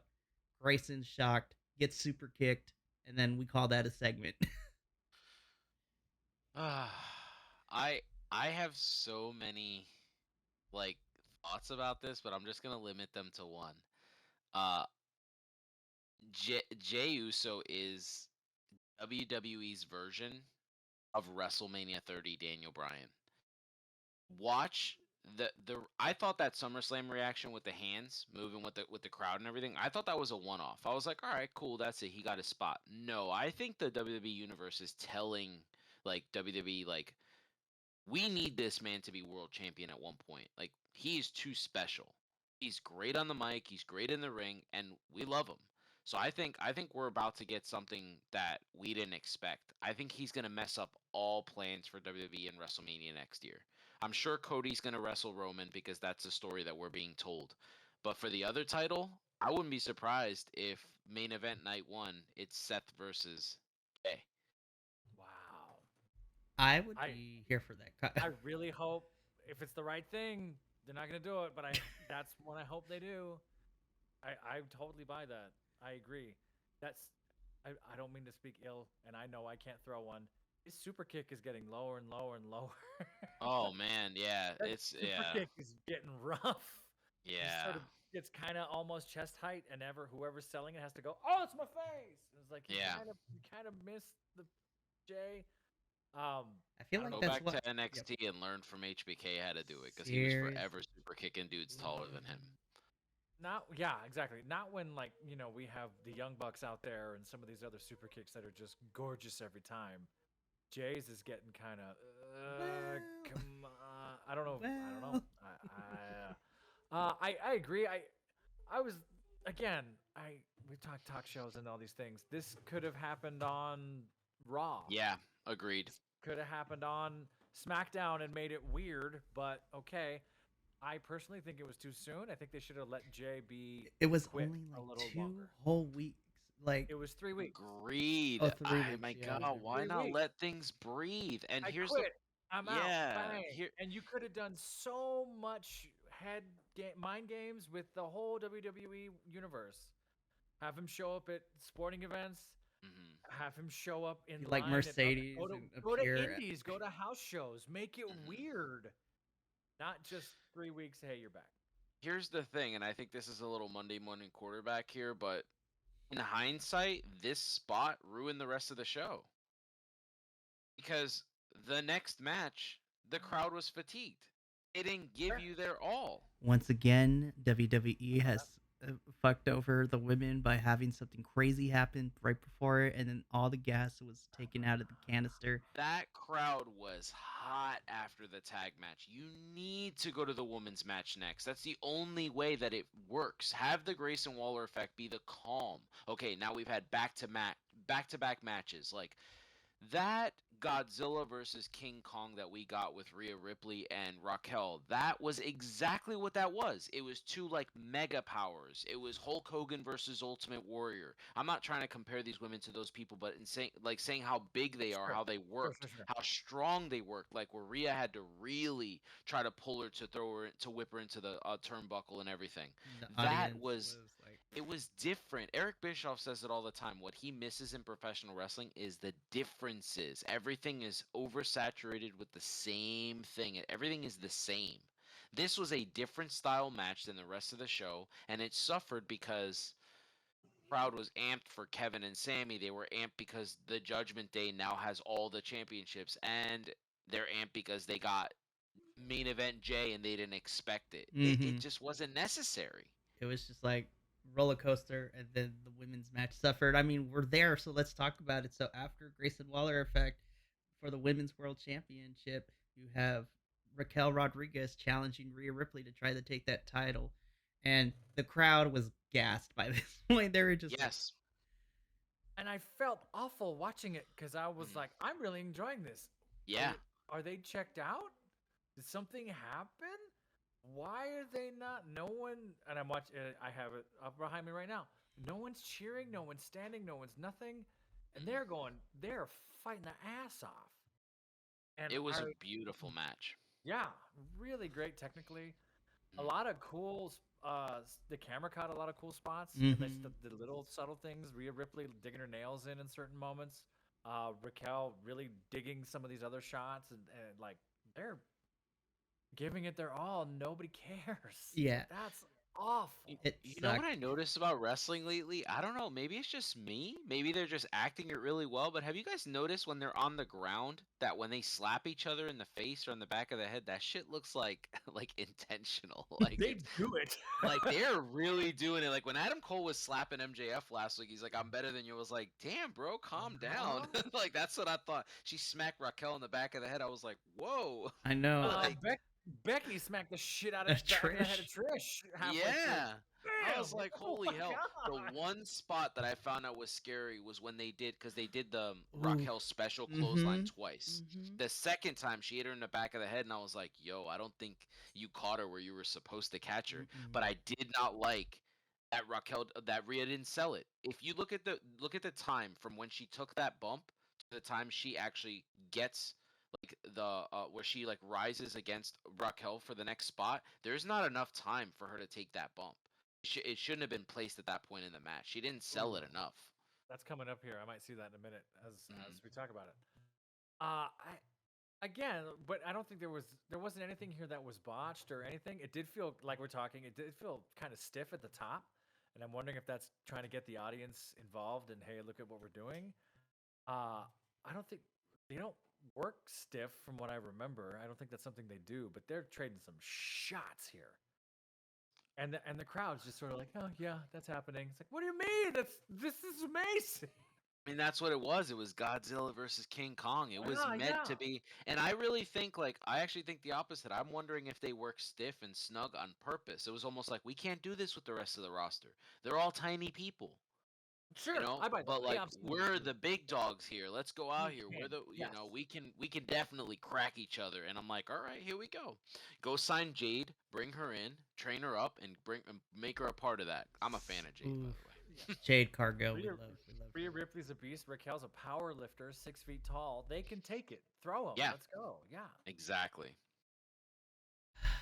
Oh I, yeah. I'm about to watch this. Oh, the chokes they're throwing on each other. These Yeah. choke it was moments. so, Bam! Like just the so whiplash they're giving each other. Ugh. and like I said in our group chat last night while this match was happening too, by the end of it, I admitted I was like, it wasn't as violent as their NXT matches were, but I really still enjoy it because again, this is what I wanted from my powerhouses in the women's division. Yeah. Just big big girl on big girl, tall girl versus tall girl action, like very powerlifting moves, very stiffness to it.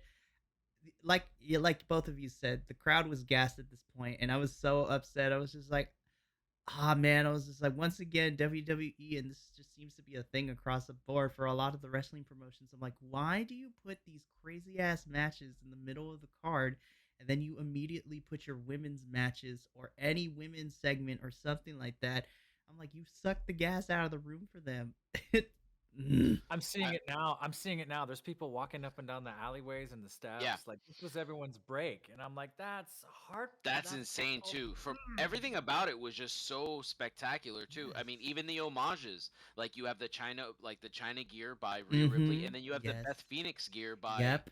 by Raquel, and it's like, oh wow, okay, so that's the match we all wanted. When Beth was wrestling, we were like, man, Beth versus China. We didn't get to see that. Well, we got to see this version of that, and I loved it. I know a lot of people thought that she was doing the Eddie Guerrero. No, man, that was Beth Phoenix. That was good, and I loved it. I love the homages. I love the style, how snug it was. It honestly, if I could compare this to any match I've seen in the past, I would compare it to like Mike Awesome and Masato Tanaka. That's what this felt like. Just like uncomfortable to watch almost, and I Right. love that. I loved it. And see, so I want to pick both of your brains a little bit because this question just popped into my mind as we're talking about this match and the homages to Beth and China. Like, I'm wondering because, and I put all of us Biconics gentlemen as well as some of the more established like wrestling groups out there who review this stuff for a living. I wonder if it's coming off different to us in terms of our enjoyment of it because we know that history or we followed both like Raquel and Rhea through their NXT journey up to this point that we can appreciate it more. Whereas like the casual viewer who's either just tuning in, not like as deep into it as we are, or for the people Hmm. that take their kids because it's a WWE pay per view but don't like Yeah. consume the content as often as we do. I'm wondering if it's just like, so I enjoyed this match, but then online there's a lot of people who are indifferent. I was just like, did we watch the same match? Like, and so I'm wondering, I was just like, I wonder, I mean, you put Raquel and Rhea and two powerhouses, it's awesome. Now it's coming off to us, like the three of us who are reviewing this, and we thought it was awesome. But then I'm thinking about like my friends who just watch casually and don't know all that history or the homages, and they're like, it was all right. So I guess my question is like, do you think that has an effect on whether or not people are invested in it or not? I think that's a question we could talk about for 5 hours, For right? real. Because Yeah. that's sort of a microcosm of entertainment in general. And and that's kind of the beauty of what makes wrestling so complex is that well, I'll give you the quick answer and then the answer that I won't give you because we'll talk for 5 hours. I feel like with all sports, wrestling maybe more so than others, you have people who've made a career out of having an agenda and how they approach their critiques and their picks and the wrestlers themselves, no matter what. And they've kind of baked in the opinion that gets reinforced by their audience. Oh, yeah, it's a women's match, it's already lesser, but let's talk about how they tried, as opposed to being completely unbiased, Mm. which we're all pretty good at. And when we do have a biasee, and I've noticed this, we're really good at going, hey, I'm biased, but I'm going to tell you this anyway. Like, we'll call it out on ourselves. We're very good at Mm. that. So I think with wrestling, it's easy to say the casual, and Mm. and that can mean 100 different things. Whereas a casual with football, it's like, oh, are you bandwagon? Do you watch every now and then? Like, I can kind of nail down what a casual is in other sports. With wrestling, it's like, oh yeah, I watch it once or twice a year. Is that a casual, or is it the casual? Oh, it's my friend who comes to watch with me every now and then. Like, so for me, the internet, that's where it gets weird and gray and siloed into, oh well, I love this, I hate this, oh I this and that. There's folks that still hate high flyers. Mhm. There's still folks that say catch wrestling's the only real wrestling. There's folks that say I love only high flyer matches. If you don't go off the top ropes, I'm not interested. Mhm. There's folks that say I only like the big 6'10" sweaty man meat matches because that's all I'm here for. That's all I want to see. So that loving certain things can do you a disservice, and we're kind Mhm. of good at looking at the whole picture. If that makes sense, I felt a little rambling. It's like kind of. No, I agree with you. I definitely feel as if that wrestling fans have just it's tribalism. It's like what exact Yeah, you just broke it down absolutely. perfectly. It's I want a Young Buck style match. I want the same exact thing every single match. If you look at the Bucks, every single match is identical to the last. The Yeah, Undertaker talked about it on the Tyson podcast. He said it. His issue with the Bucks is that they don't save any special for the PLE. Everything you'll get it on Dynamite, on Rampage. That's you're gonna get the same exact thing every single show, and that's kind of how I feel like wrestling fans. Like if AEW fans were tuning in because they're like, oh yeah, you know what? This is on Peacock. I got Peacock. Let me watch, and they're watching the whole thing, and they're like, this is boring. This is like, listen, this is what Jade and Taya was supposed to be, guys. This is what it was that was supposed to be. This was a solid match, and if you just enjoy it for just the sake of enjoying it, then you'd appreciate it more. But nobody watches wrestling with the mindset of just enjoying the product. Like for me, like my tagline when I first started doing podcasting, I said I wanted to do it from the perspective of a worker and a fan of over 30 years. Like that's what I want. I want to break it down from both angles. So when I watch a match this crisp and I'm watching and I'm seeing like how snug an elbow to the neck area is, I'm like, oof, that definitely like hurts like the jaw here. Like or when I'm seeing like why they're doing specific things, and then as a fan I'm just like, this is crazy. Like these women are huge and they're just going out there and they're just dominating. They look like they're stomping around like where's the city streets under them so they could crush buildings. And I was excited, and I look at it like this showdown that I've always wanted. I love their NXT match. I wanted that. They were definitely missing the Dakota High Heater though. I can say that. That's what was missing from this match. um I don't know. I think yeah, and I think you're kind of speaking to this. It's that Dunning Kruger thing, right? The less I know, Mhm. the more I think I'm an expert, Yeah. right? So folks who have only ever watched boxing tune into one of these pro wrestling things and go, "This is trash," Yeah. right? And Mhm. and not knowing anything. There's a great to just shout out random folks. Sensei Seth, who's a fantastic YouTuber for martial arts and karate and whatnot, went with an Ohio Valley pro wrestler by the Mhm. name of Veteran Jackson. I can't think of his name, and did like 2 days out there in the middle of nowhere I love Mhm. as a veteran. professional I love wrestler. veteran Jack. He's so fun. Yeah, Veteran Jack, that's right. And he just goes, straight on his YouTube channel, he's like, I've done all kinds of martial arts. I'm a black belt in 2 different things. I've had this YouTube channel for 5 years. This is the hardest thing I've ever done. Mhm. I'm in pain. It Yeah. hurts. And it's not that it's the folks that come out that go, oh, it's fake. It's like, no, it's not fake. We Mhm. just have we're it's just a script. You know what we need that Vince Papali era back. We need wrestling companies to hold open tryouts. Because that was what I was thinking when I was watching the Trish Stratus match and when I was looking at the polarizing comments on Twitter yesterday. I was like, Yeah. all of these people, and I don't want to sound like one of these guys in the podcast because I respect everyone's opinion. That's how I was raised by my abuela. But But I really felt like when I was watching it, I was like, none of these fucking people know what it feels like to have a bruise right here from running the ropes. Ooh, None of these no. people know what it feels like to take a bump, to be tired, to accidentally whiplash your head, and then for your coach to be like, hey, what are you doing? You're not done.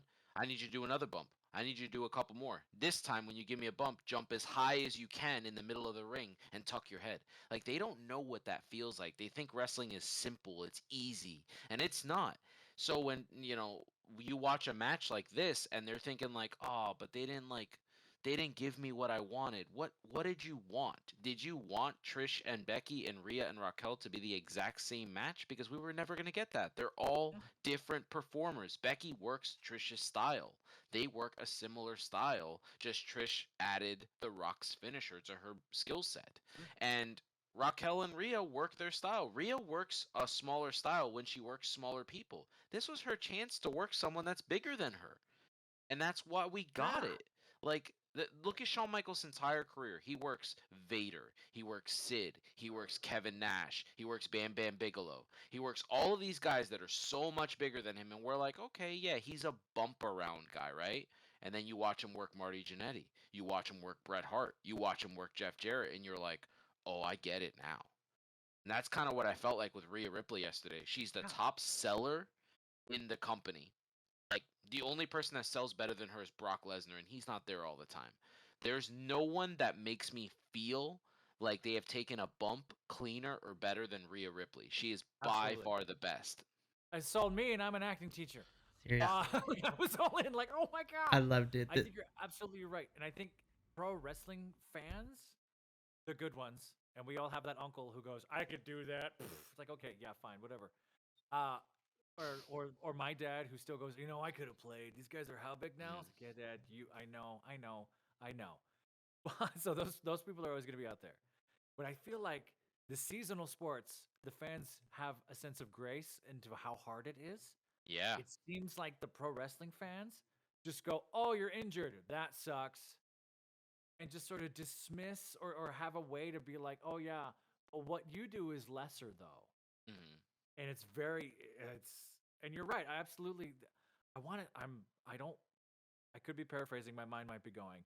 I want to say that was sort of the beauty of the power plant and some of these open tryout places is that average Joes would show up all the time and go, "Yeah, I'm here to try some stuff," or even the reality shows that you really saw them Yeah. and you see Al Snow and Triple H calling them out and going, "That was trash." Yeah. And then you see the reactions of people going, "Yeah, this fucking hurts. Yeah. That's a real chair. Those are thumbtacks. Mhm. This mat Seriously. does not have springs. It's Yeah. wood on canvas. It's painful." Mhm. I always go back to that Bill Maher episode with Rowdy Piper and Sting and Alundra Blaze where he's just saying, "But it's fake. But it's fake." And he just keeps saying it and Piper takes his pants off and he's like, "I have a replacement hip right here. You're telling me that's fake? Taking a bump off like this area? Like you how could you possibly see somebody fall off a ladder and think that that's fake?" And it's funny they all think that the ring is this big cushiony mat. No, guys, that's plywood on a frame. And if Like, I'm not mistaken, that's when Roddy Piper goes all in on Mar and says, "And you're telling me that boxing isn't?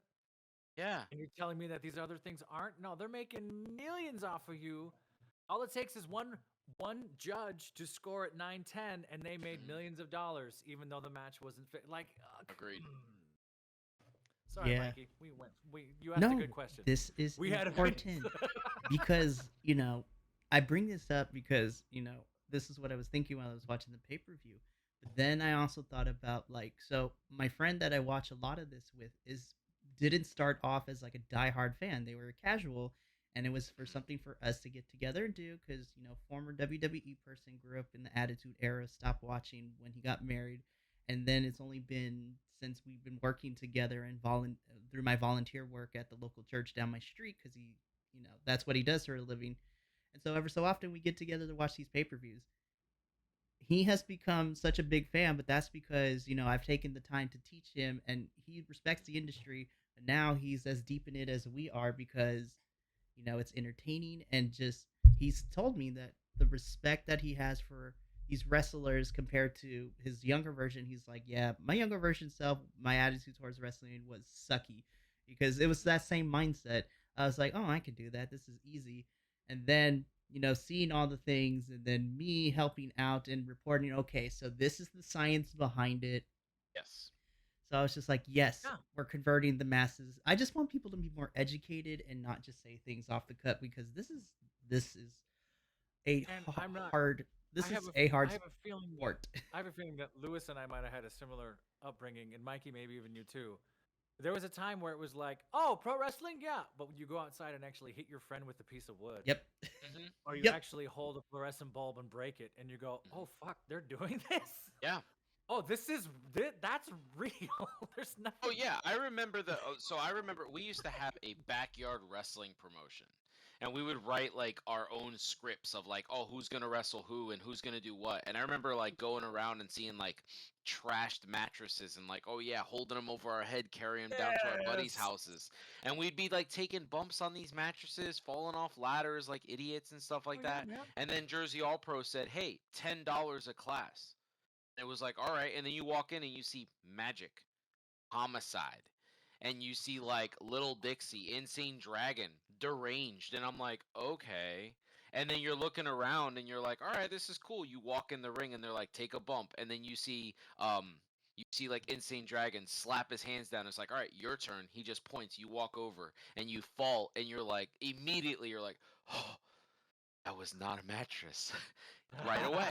Like It that was your first thought, Yeah, you know? all to say is that I just want, again, the tribalism is going to be there. I just want Mhm. fans to be more educated and to, be a little more respectful of the craft itself. It's not as easy as it looks. Like people literally, and I hate to always bring up the incident, that we always do, but I'm like, people have literally died in this sport Yeah. because of how serious and how crazy everything is. But, all to say, Rhea and Raquel deserve more respect from wrestling fans out there.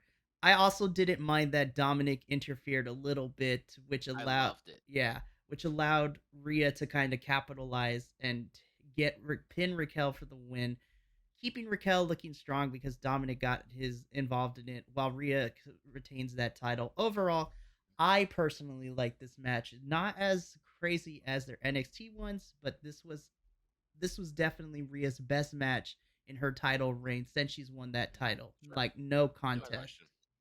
I mean, for the folks running their mouths, it's like you get kicked in the face and have a nose ring ripped out, and tell me how real this Ooh. is, and then Yeah, keep that's going, brutal. Seriously. and then rip it out. That's what my wife noticed. Like she just ripped that out. I went, wait, what? I rewound it 30 seconds to It where She's a also oh yeah, boss, man. Yeah, it he happened to ripped it Rhea. out. It also happened to Rhea during her Dude, match against Charlotte at WrestleMania too. Like, yeah, waved and kept going like mhm. that. She's a boss, man. She does. I mean, she is special. Yeah. It is, I feel like we could just make an episode just talking about Rhea Ripley, and she's not even retired yet. and That's she's how 26. good she is. and Yeah. she's She's like, 26. yeah, she's 26, and she has Man. done so much in the short. It's so good. So, Yep. really quickly, we get John Cena trying to be a backstage interviewer correspondent. He's such a goober. I love him. It's so good. Like with the the I bow love the rib. tie. I don't know if anybody caught the rib, but he definitely was making fun of Finn Balor's height. I just Yes. want to make that Oh clear. I no, was yeah, like, absolutely did. I was like, Absolutely did. what is this? I loved it, And, but and what's great is Finn Balor walking as close to the camera as possible so that Damien just see her behind him so you can't. I mean, listen, I love it. Punisher Martinez is such a tall dude. Like, I'm like, bro. Yeah.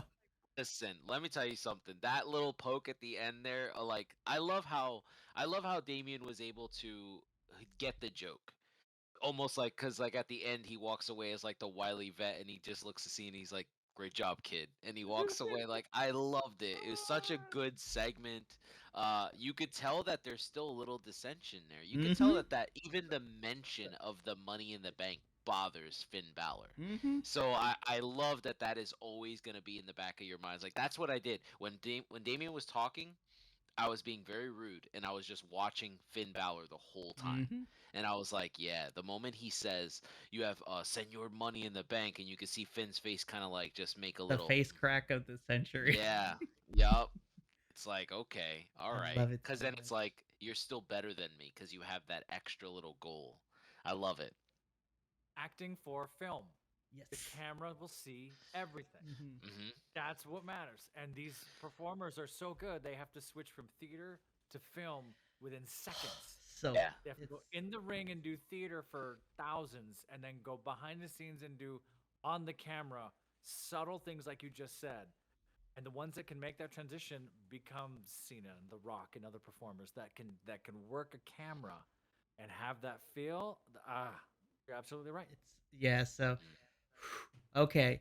So we get to the main event. This Mhm. is Mhm. Seth freaking Rollins defending his World Heavyweight Championship against Shinsuke Nakamura. And I knew With so. the premiere of whatever that anime cartoon So was. let's start I'm gonna there. watch that all the time. So Let's let's start go. there. So Seth comes in first, which is I'm like, hold up, Seth is coming in first. This is weird. And I wrote to my friend, I'm like, what kind of baked potato ass coat is Seth Rollins wearing? He looks like he's a baked potato just because of how silver and covered up he was. And the crowd is singing as they always do. But Mhm. then, like I was like, oh, Seth is definitely gonna win here. And then we get that animated intro for Shinsuke Nakamura. Literally, it looks like one of those like history YouTube video channels that tells like a historical tale It does. with the animation. I was like, this is Shinsuke Nakamura's anime villain arc, and I'm here for it. Yes. Yeah. He paid homage to that spray paint with his Yes. gear. He paid homage Yes. to that Oh like shit. the Finn Balor style. You can tell that that's what he did, and that's the character he was portraying. So Oh. we're getting that version. We're just not getting it with the body paint. But that's the version we're getting. But that anime, I was like, listen, my favorite type of anime. I know this is like I'm not a big fan. I already said that. Saitama's pretty much all I know. But my favorite version of it is what Quentin Tarantino gave us in Kill Bill. That like breaking Yep. like everything we saw and then just showing us anime in the midst of a live action.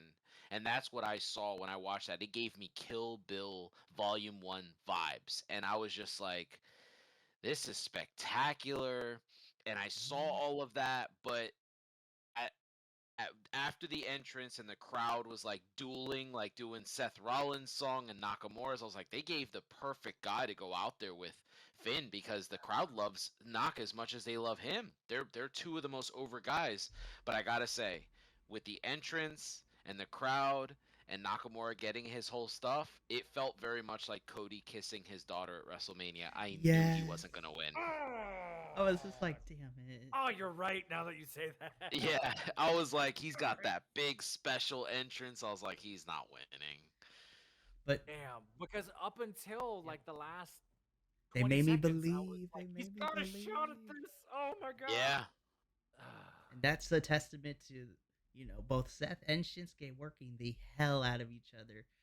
Oh yeah. Oh yeah, absolutely. What I loved is Uh, Shinsuke went for the Kinshasa, and then instead of going for the pin towards the end, he's like, "Get up, Seth! I'm gonna kick you in the face again." I was like, Yes, "Yes." I love that. But what I loved was we didn't get classic Seth Rollins wrestling. Mm-mm. We got Mm-mm. injured Seth Rollins. Mhm. yes. We It got was I'm just gonna yeah. sell my back all listen.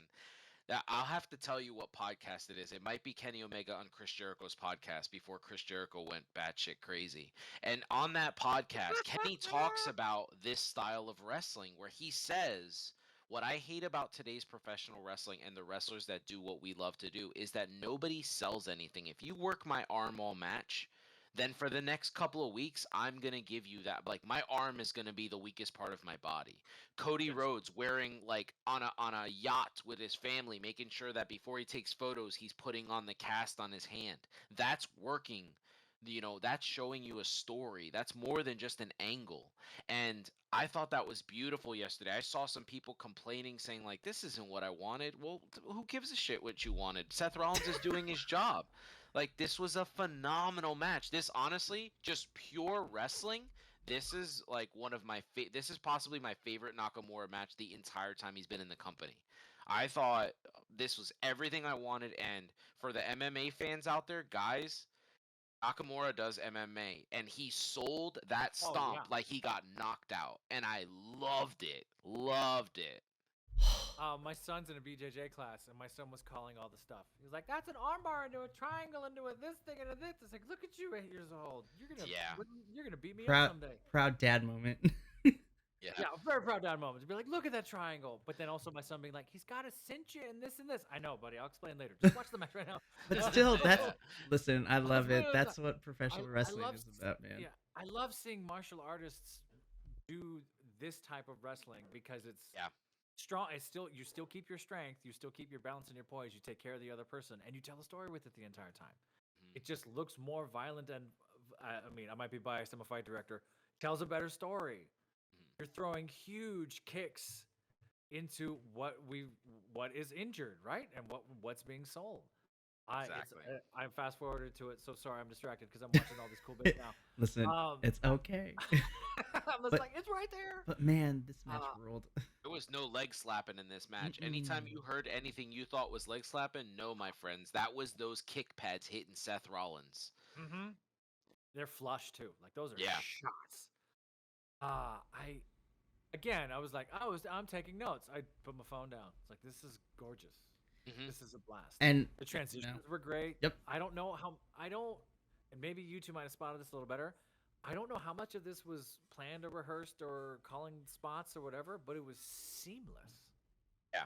There was never That's anything here that felt like I forgot or I missed I or oh hey I go do think that's a this. testament to both men because Seth has been. I've always said this about Seth. Like he truly is a workhorse, and he wants everything Yeah. to go really well.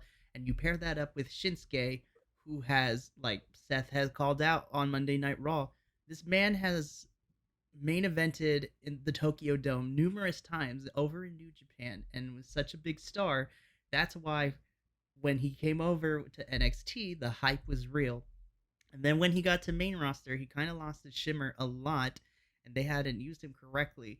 But now, this is the Shinsuke that was in NXT to a certain extent, and it has me excited, and it has revitalized my hope that Shinsuke will get a chance to be a world champion again. Because we didn't see this. Because spoiler alert: Seth retains the title here. But what the pay per view didn't show, because it was a digital exclusive, and of course, in the age of the internet, I saw videos of this on TikTok later. Shinsuke attacked Seth after the match was over, and so I was like, yes. It was funny because immediately, Professor, you had texted. It's just like, I need them to run this back, and then I saw the video. I'm like, Yes. well, here is the proof that Yep. I either want a last man standing match, or if you want to go totally crazy with it, don't ask me why. I don't need a reason for this match stipulation, but if you give me Seth versus Shinsuke in an ambulance match, like that would be amazing. I'm just saying, but last man standing would be fun too. Yeah, I thought when I was watching this, I really felt. I'm so glad you brought up all those things that happened with Nakamura. I think the reason he didn't make it on the main roster is because Vince McMahon doesn't do anything but watch WWE. Because had he just branched out a little bit, maybe watched Life is Beautiful, you'd know, hey, people like subtitles. It doesn't bother you. There You know what you I mean? go. You know what I mean? So like he could Yes. have done this a while ago, but he didn't Yeah. want to. I'm sure there. Li- Listen to the knock like that people have said about guys like Andrade or Nakamura or Asuka. Vince McMahon's always, like we can't understand them. We don't know what they're saying. Well, dude, give them subtitles. Let them talk. Go hire Sonny Ono. Do things like that. Like Yeah. give them somebody to talk for them. I You can't convince Yep. me that Nakamura couldn't have been a Paul Heyman guy. You can't convince me that wouldn't have Ooh, worked.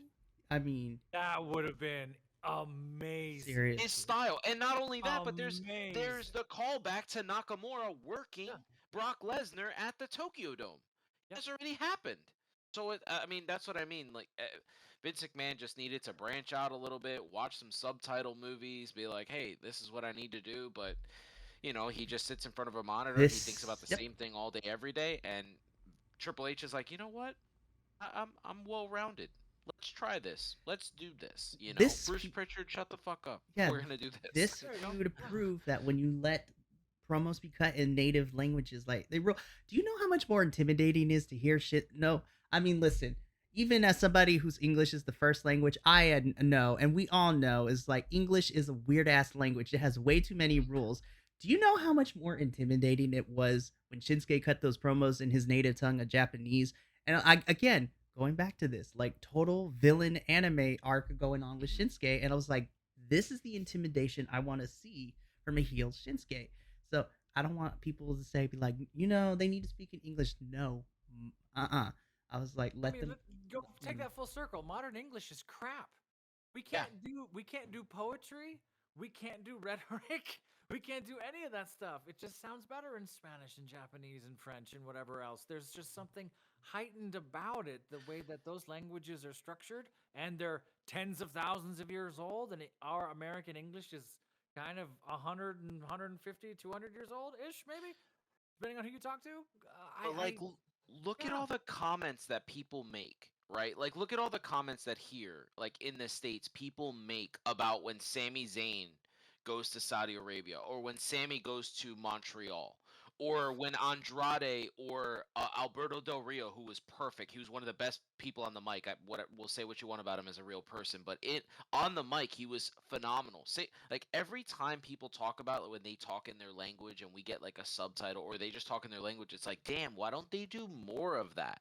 Why don't we get that? What's one of the best villain roles in movie history? Hans Landa, right? He starts the movie by talking in French, and then he says, like, let's, can we switch to English? Because I know that people listening can speak. Like, that works.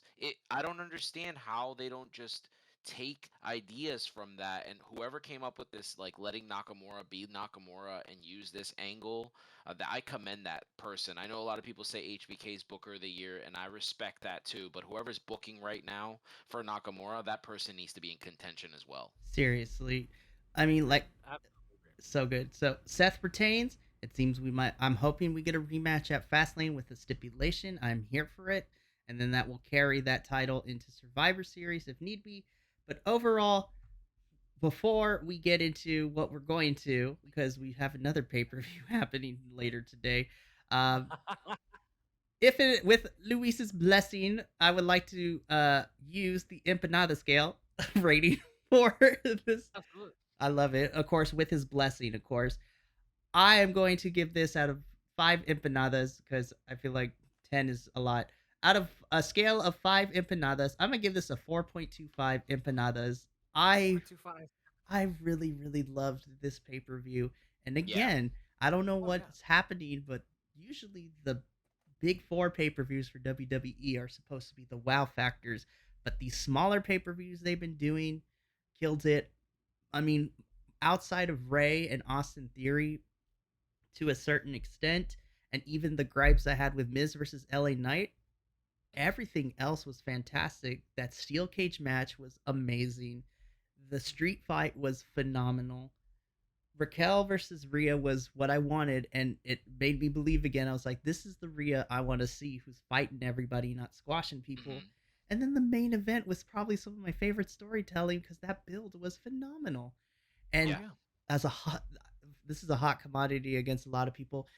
Minus Jay coming back because that was really the only bloodline thing we got, but now he's his own thing. It was so nice to have a pay per view that didn't revolve around the bloodline at Yeah. any given shape or form to it. Yeah. It was beautiful. I gotta be honest with you. I think having husband and wife open and close the show is why I give it 4.5 empanadas. I think that they absolutely killed it. Mhm. Having, like, if you look at it, they bookend the show. You have Sammy and Kevin versus Finn and Damien in the middle. Everything else is kind of just fluff. Those three matches to me make everything else. The lows are lows, sure, but they just rise above all of that. Like Right. that's what it feels like to me. It feels like one of my favorite pay-per-views ever is WrestleMania 12. I love the Iron Man match. I know people think it's boring and there's lots of headlocks, but I love like catch as catch can wrestling. I like that shit. Yeah. And when I watch it, I thought to myself, oh, I like the match with Gold Dust and Piper. If you don't like it, I don't care, but I liked it, and that's kind of how I felt. Those two matches is why I love WrestleMania 12. So that's kind of how I feel about this. The three matches is all I Oh yeah. need. I could watch those three matches, and I think this is a perfect pay per view. I Oh, think so I good. agree. I think it's right in that 4.5 empanadas, which would be probably adaptable high eights, almost nine on the mini scale. Uh I these one off.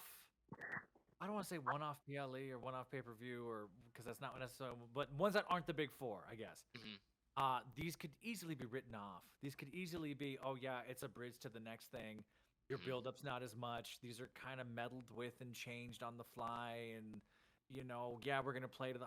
Everything was going against this working, in my opinion. The build-up was kind of trash. We talked about that on SmackDown. Was sort of not feeling it. They didn't let anything breathe, and everything hit. And the stuff that didn't hit was still solid enough to keep the whole event going. It wasn't like, oh, that was bad. Wow, how are they going to get anyone back? Hmm. Granted, the stage management and the order of things kind of took the audience out of it. So sadly, it took a while to get, like we talked about at length with Rhea Ripley and Raquel. Um, this was fun. Like this is one that end of the year when we're talking about the end of the year, it's like, oh yeah, don't forget to go rewatch Payback. Hmm. Like that's on the list. Of like, Seriously. oh, that's right. There was some stuff in there. There's some stuff in there that you gotta compare to the rest of the year. It was fantastic. Yes. Now, before we get to what we're going to do, we have a other special guest who just popped in real quick. Hi, Miniford. How are we doing? Lovely to see you. What's up? What's I'm up? in bed. Ah, I see. So, My phone.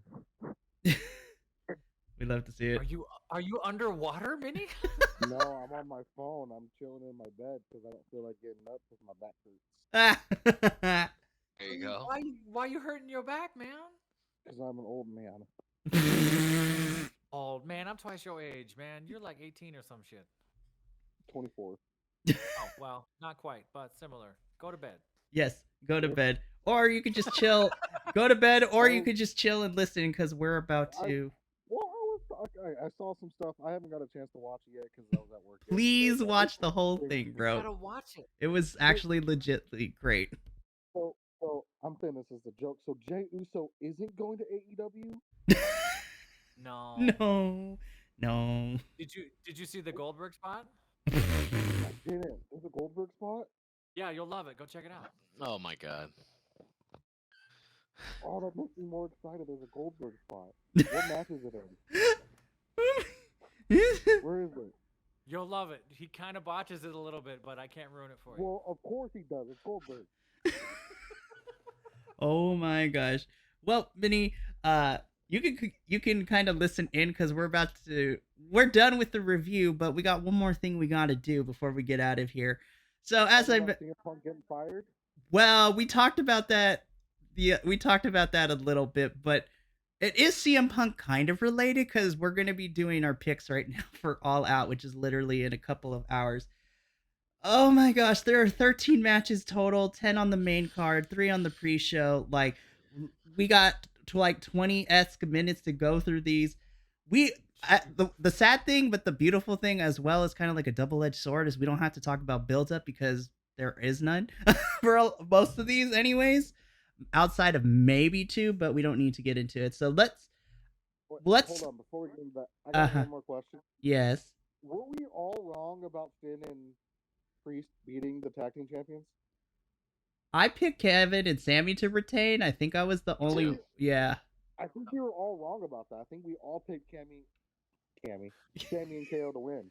Yeah, I was wrong. I'm happily wrong though because Yes. now we have some place to go. Now we have some fun stuff. Do we know like why they lost? No idea. Did the KO legitimately get hurt? Not that I could see reports of, but everybody was like, "Oh, he looks like he got hurt." I was like, "Did he get hurt?" Oof. I didn't see any injury reports after what we saw, but and we were talking about it a little bit. Like, it's quite possible Kevin Owens destroyed his whole arm just to save Dom in a beautiful Seriously. spot. So I also think Sammy and KO work better chasing a championship. Well, again, I don't fault them for this championship reign being lackluster a little bit because again, the highlight of their win was when they took it off the Usos, and then it's been kind of whatever. Well, yes, so he was hurt for most of that. Mm-hmm. But are we about to get Senior 3 belt? Listen, I hope so. I would love to see it. Senior 3 belt, 2 tag team belts, and the World Heavyweight Championship. Come on. Yeah, let's do it. I'm down. Listen. Yeah, why not? Let Damian Priest hold these titles. So, but all right, let's start with this 0 hour. So, don't know who's involved in the over budget battle royale. So just a good name. Which it's crazy, but the winner of the battle royale gets a donation to the charity of their choice, which is interesting. Cool. So then we get what's it called? We on the pre-show, we're getting the AEW World Trios Championships. We have the Acclaimed and Billy Gunn, who is going to be accompanied by Dennis Rodman of all people. That was weird to read about last night on Collision. Really? Yeah. Taking on Jeff Jarrett, Satnam Singh, and Jay Lethal. Jeff Jarrett out here working and wrestling, so that's going to be fun. You're telling me Dennis Rodman, Billy Gunn, and Jeff Jarrett are all involved in a wrestling match. Are we all taking acid together? I mean, don't. That's 1997 WCW right there. It sounds like the fucking 90s. Like where? Yep. Again, this was just made on Collision. Acclaimed and Billy Gunn obviously are retaining. If they lose these titles that quickly, I'm gonna. I mean, I'm Dennis gonna throw Rodman hands. has that Bulldog DDT, so we'll see if. I don't know. This is God. that was a weird segment on Collision. He's gonna hit that Hogan leg drop. Yes. Now, because I'm not really putting too much stock in the battle royale or this match, but the one that I am putting into, because all these women involved in this trio match. Yes, because you have Hikaru Shida, Willow Nightingale, and Sky Blue versus Athena, Diamante, and my homegirl Mercedes Martinez. I'm like, I'm going for anything Sky Blue is in. Yeah, I want to pick Mercedes. I want to pick my Boricua sister, but I'm a big Willow Nightingale fan. I think she's the future of the business. can we talk? I'm Yeah, rocking with her. I think they're pushing her hard. yeah. I'm picking Hikaru, Willow, and Sky. Just as a shout out to Willow and Athena for their match at Death Before Dishonor. Best, I don't know. See, I have to go back and watch that because the steel cage match between Becky and Trish versus against Athena and Willow is tied right now for my favorite women's match of the year. But we'll we'll get into it. All right, so now we get into the main card. I'm just gonna go in order. The match that probably has had the most build for the TNT Championship, Luchasaurus versus Darby Allin.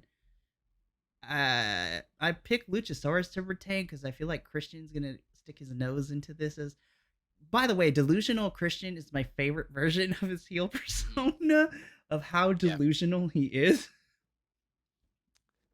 I I'm love just it. looking at this whole card. This card is all over the place, man. All out, or is what I've called it, the afterthought many pay per view. Oh my goodness. I think you're right. I think Luchasaurus retains because that gives them somewhere to go. If Darby gets it, then I mean maybe we have an angle with Swerve and AR Fox again. Yeah. Maybe. Listen, more Anything to get Swerve. and more Swerve on the my better. television screen. I'm not gonna So complain. if that's where it goes, I'm all for it. I don't think they'll pull the trigger on that. I think they'll keep it with Christian and Luchasaurus. Yeah, so that's what I pick. I pick Luchasaurus to retain. Next up in a singles match, we have Powerhouse Hobbs taking on Miro. Also, Looking forward to this match. honestly, the only other match that has had somewhat of a build. Listen, I love Hobbs. I love Miro. Two big beefy men doing the big beefy things. Exactly. Mm-hmm. So I picked Miro because I'm like Miro to me, and it sucks because I like Hobbs and he's been losing, but I feel like Miro coming back with Collision and coming back wrestling on TV again. I feel like I picked Miro to win this match. But if Hobbs wins, I'm not gonna be mad. I think Miro has to win this match because there's no more Punk on Collision. So you need to build the people on Collision. So Mhm. Miro has promo ability. He's great in the ring. You have to continue to build him up, or else you're gonna be stuck with and wind up having to bring over the Young Bucks and things like that. So I don't know. Yeah, they have to, or we're stuck with another velocity. Yeah, Ooh, I definitely don't good want that. callback. And right now, I think the Young Bucks are at the height right now because less is more. Mhm. They've only been competing in like 4 or 5 matches like a year, so like keep it that way. I don't want to see a lot of you guys. Honestly. Yeah. So, I Miro or Powerhouse, like either way, I'm cool. But I agree with with Luis. I think Miro has to win this one, especially now that Punk is no longer the face of Collision. You got to start Mhm. building up the other stars. Speaking of building up other stars on Collision, for the TBS Championship, we have Chris Statlander taking on Ruby Soho. Man, I hope this I want match is Ruby given. to win so bad. I know. Listen, this hurts me because I love both women, and Ruby has been done dirty since being a part of the company, since her loss to in the first women's Owen Hart tournament 2 years ago. It hurts me. I would love Ruby to have it, but I think Chris is keeping the title for this one at least. I'm just like, I don't know. Honestly, though, if they give the title to Ruby, I will actually like get out of my seat and cry a little bit. I would love to see Ruby get it. I agree, and I hope they pull the trigger on that. So I'm going to pick Ruby Soho. I think now we get this weird outcasts with titles thing, and I don't know. Yes. I want to see where that Add to the trifecta- drama Oh, messiness. Well, that's what I think would be perfect Yeah. if Ruby wins the belt, then Tony's the only one without a belt, and then she can Yeah. slowly creep into like this psychotic character she's portraying, like the end of Literally, Marilyn Monroe's life that she's showing mommy us. I love it. dearest Absolutely vibes, agree. like mommy dearest. That's Tony and Stark again, would be great. hopefully that makes sense to me. Let's see if they actually do it. Well, Well, we're gonna see. it does sound like it makes sense, but this is the women's division in Tony Khan promotion. That's JBL has said also multiple very true. times, Probably not going to happen. That's very Tony true. cannot book women. Got it. Seriously. I see what you did there. We're putting it on a Yeah. T-shirt now. That's great. So I mean, I picked Chris, but if Ruby wins again, I won't be mad. So let me look. Okay, so literally this match was made literally last night on Collision, and I'm okay with this. The strap match between a returning Bryan Danielson versus Ricky Starks. I'm like, honestly, So I'm gonna catch some flack, All right? repealed that fast? Listen, I was as shocked as you are, and I wonder if CM Punk getting fired, they kind of had to pull this earlier than they maybe intended it to. I mean, his arm broke. How many weeks ago was that? Forbidden couldn't- Door. Which was Forbidden toward Door, the yeah. end of June. So you had all of July and all of August for it. So I'm like, Probably still really tender. but then again, if it's a probably not- strap match, like it makes sense because you know you can't do any crazy stuff because y'all are bound together. But then again, I say that about the dog collar match we saw between Briscoes and FTR, and then that was bananas. But so I'm gonna catch some flack for this. I love Danielson, and he's coming back. I feel that again, going back to having to build your stars of Collision. I think Ricky needs to win this one, and imagine a win over Danielson would like boost his stock. It's either that or they're moving Danielson to Collision to replace CM Punk. Well, he's already writing for Collision, so that would make sense. Yeah, that would make makes sense. So I'm going to put my nerd hat on here, and I'm just going to give you some information. So Bryan Danielson is my absolute favorite wrestler of all time. So I just Deserved. want to give you some information here. Every time Bryan Danielson goes out with injury, he comes back to a massive fucking match. He has come back to the biggest battle royal ever when he came back, and he lasted all the way to the end. He came back to the ladder match at WrestleMania to win the Intercontinental Championship. He came back to Fastlane to wrestle Roman Reigns. He always puts on a banger of a match. And the only outlier is the IC title match. He loses every single match, but he is the star of the match. I'm picking Ricky Starks. Well said. Ricky to me needs this win more than Danielson. I love Danielson, but Ricky needs this, especially if you're trying to build, newer stars on Collision, and the momentum that Ricky has had, like the last year or so. I'm just like, please let Ricky win. I love Ricky Starks. The man deserves to be But pushed. like, if Bryan wins, I'm not gonna be mad about it. Oh, me neither. But I was just like, damn, Ricky, you always play second fiddle to the bigger names, bro. Like, because that's been his whole entire thing so far. And His facial expressions when he realized that it was Bryan yesterday sold the whole match for me. I also like, love, yeah. I love Steamboat. He's just like, you never asked what dragon you were facing specifically on this contract. Love it. Love it. It was Ring so. of Honor vibes right here with Bryan and Ricky in the ring together. I'm so excited for this. So next up, this also has the potential to be really, really good because this is a singles match. Kenny Omega we're getting. So Kenny Omega versus Konosuke Takeshita. Okay. So Omega. yeah. Omega. I think Kenny needs to win this one here too, in my opinion. Now, if Konosuke wins, I'm not going to be mad. But I think because Kenny has lost the last couple matches, and we know Kenny is okay with putting over people, I think Kenny winning this one is fine. Because I think Takeshita doesn't lose anything if he loses this match.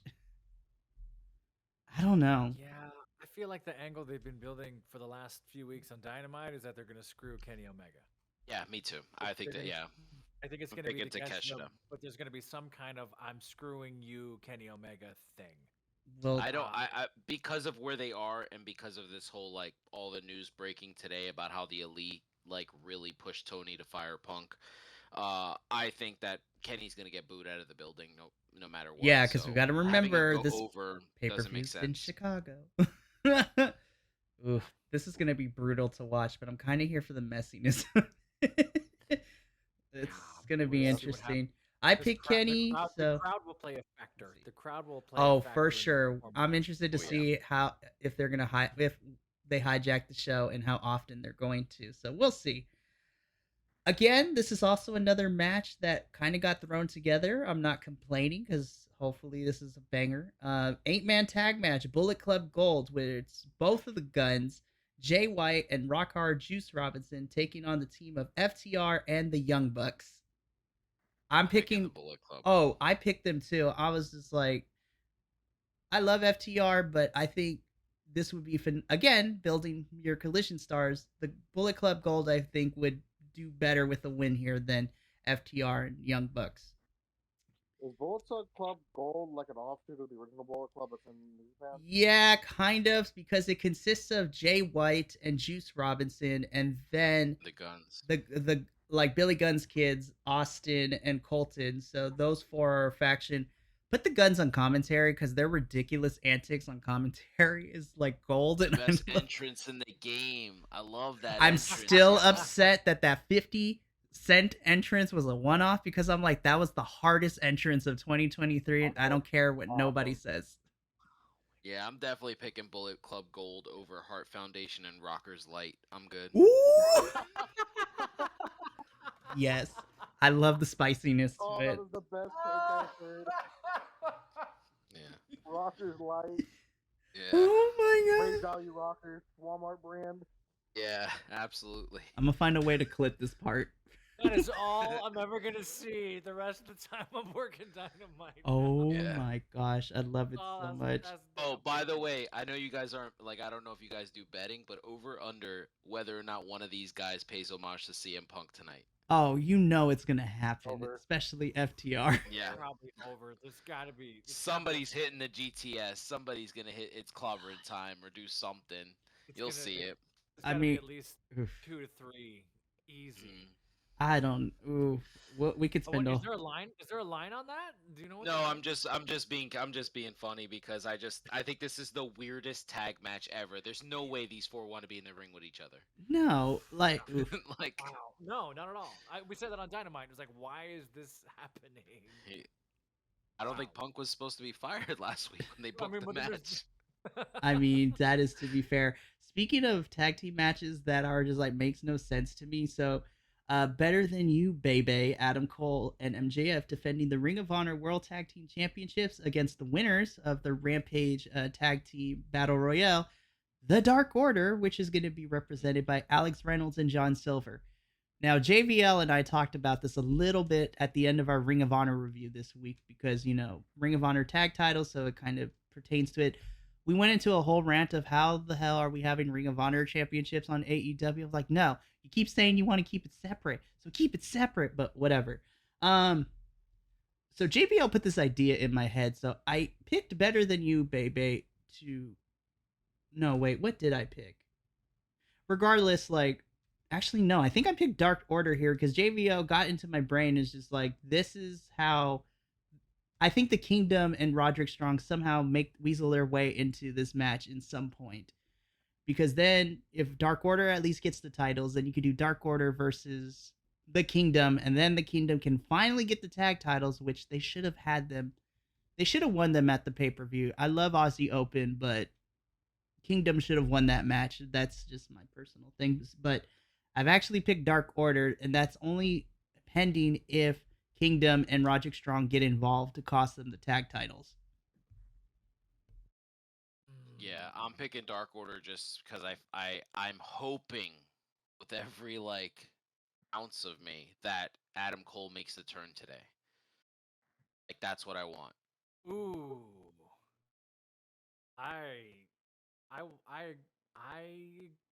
I'm conflicted in many reasons, but I love this MJF Adam Cole train. I've said that. I think the spots are hysterical, but that's just me being biased.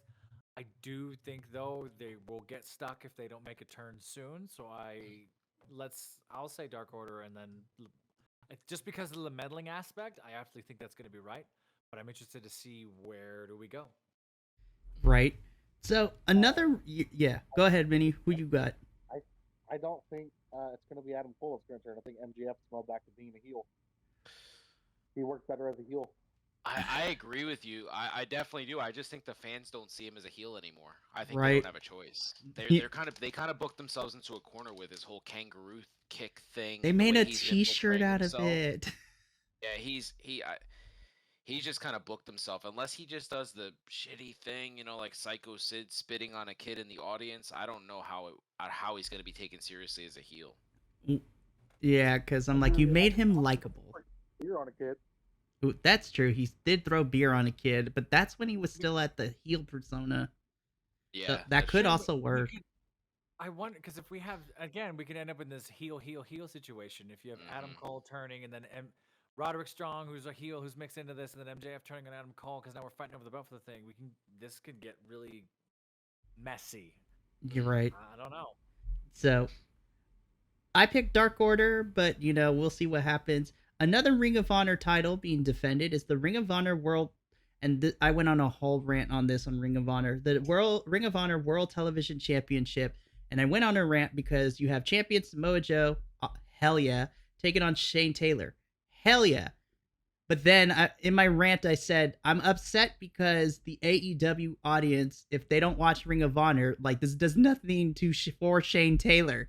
And he is amazing. He and Keith Lee were part of Shane Taylor Productions. They were a kick-ass tag team during their tenure in Ring of Honor. Like, Shane Taylor is an awesome big guy, and this match is going to slap. It's just that I feel like we are going to be the only ones to appreciate it, especially for those of us that have extensively know wrestling history. Like, this is going to be fun. I'm just sad that Shane Taylor's not going to give the pop that I think he deserves, because majority of AEW fans, in my opinion, don't watch Ring of Honor or know anything about it. And I'm going Joe. Yeah, I picked Joe. I can't see him losing back-to-back weeks. No. Like that. And me and JBL discussed this on our review of Ring of Honor too. I feel like Dalton should be the one to take it off Joe at some point. Dalton Castle should take it. By the way, Dalton Castle is like the best entertaining wrestler. His entrance always fucking cracks me up. If you have not seen his entrance, look it up. It is amazing. Seriously. Professor, who you got? I don't see Joe losing 2 times in a row. I agree. I do think Shane Taylor deserves a lot more. I enjoyed everything I've seen doing my quick homework on him. I do think this will be a really good match, though. This one will be a lot of fun. Yes. Minnie, who you got? I'm assuming Joe. I like Joe. Yeah, it's gonna be Joe. It's gonna be that. Joe, my guy. I love Samoa Joe. Absolutely. I'm hoping we get a big old. I'm excited for what Nope spot we're getting. Dude, okay. For sure. Okay, so this next match to me has the potential to be the dark horse stealer of the night if it is done properly. Eddie Kingston and the legend Katsuyori Shibata taking on the Blackpool Combat Club, this time with the combination being Wheeler Yuta and Claudio Castagnoli. Claudio versus Shibata is what I want. Give it to me in a singles match. I'm actually really excited about this match. It has the potential, if everything goes right and the correct things are done, this might be my match of the night just for who's involved and just the possibilities. But I'm picking Shibata and Kingston in this one. Yeah, I agree. I think Eddie Kingston, Shibata, I think it's a weird team. If I'm being honest with you, Shibata's kind of like a grounded worker, works very snug and everything like that. I can't wait to see the spots with Shibata and Claudio in the ring. Oh my gosh, this is gonna be beautiful. They're just gonna hit the hell out of each other. And I'm a fan of Eddie. I think Eddie's a pro's pro. Not that much of a fan of Luke King light, but I really like the rest of the guys in the match. And I think that personally, I can't see, like, I think Yuta takes the pin. That's just it. They haven't been able to book him ever since he had that big win over Kenny Omega. He's just kind of there now. Now, it would be a gag if Claudio because Claudio took the pin at Stadium Stampede, which I was shocked by. I wouldn't be surprised if Claudio takes the pin again, and then you can potentially, again, Ring of Honor booking here. You can either have Eddie versus Claudio round 2, which was what we were supposed to get before Eddie got hurt and had to go away for a little bit, or fuck it, Katsuyori Shibata versus Claudio Castagnoli for that title. I mean, I'm not upset about it. So, but Eddie versus Shibata definitely, I think, are winning here. And yes, I agree. I think Wheeler is probably taking the pin, but I will be more excited if Claudio takes the pin. I thought it made sense last week when he took the pin to Orange, but I don't know if him taking the pin now makes any sense. Like, I think we'll now see. would actually hurt the Ring of Honor title. That's fair. Sure. I really like Wheeler Yuta here. I think he's been kind of misused in various ways over the last however long I've been watching Dynamite. I don't know. I don't, because then I go straight to the next match and I wonder, is this just going to be Blackpool just gets totally swept. I don't see that happening. So I'm wondering if it's this one or the next one. I'm getting heady about this pick for those reasons. This is what happens when you put this card together literally a week before your pay-per-view is supposed to start. So I mean, they wrote themselves into a corner. But Minnie, who you got between Kingston and Shibata versus BCC? Oh, I'm picking Eddie Kingston. I fucking love Eddie Kingston. Yeah. I love it. It's great. Always go with enjoy your Eddie heart. Kingston, and I love the fact that he competed in the G1 climax and he did, even halfway decently. My God, that match between him and Kenta. He's just like, he just like looks like the normal fat dude that watches wrestling, comes in the ring and kicks ass. That's what he looks like to me, and I fucking love that. Yeah. He is like, in my opinion, this might be a hot take that might get yelled at me. To me, he's a modern day Dusty Rhodes. Oh. Ooh.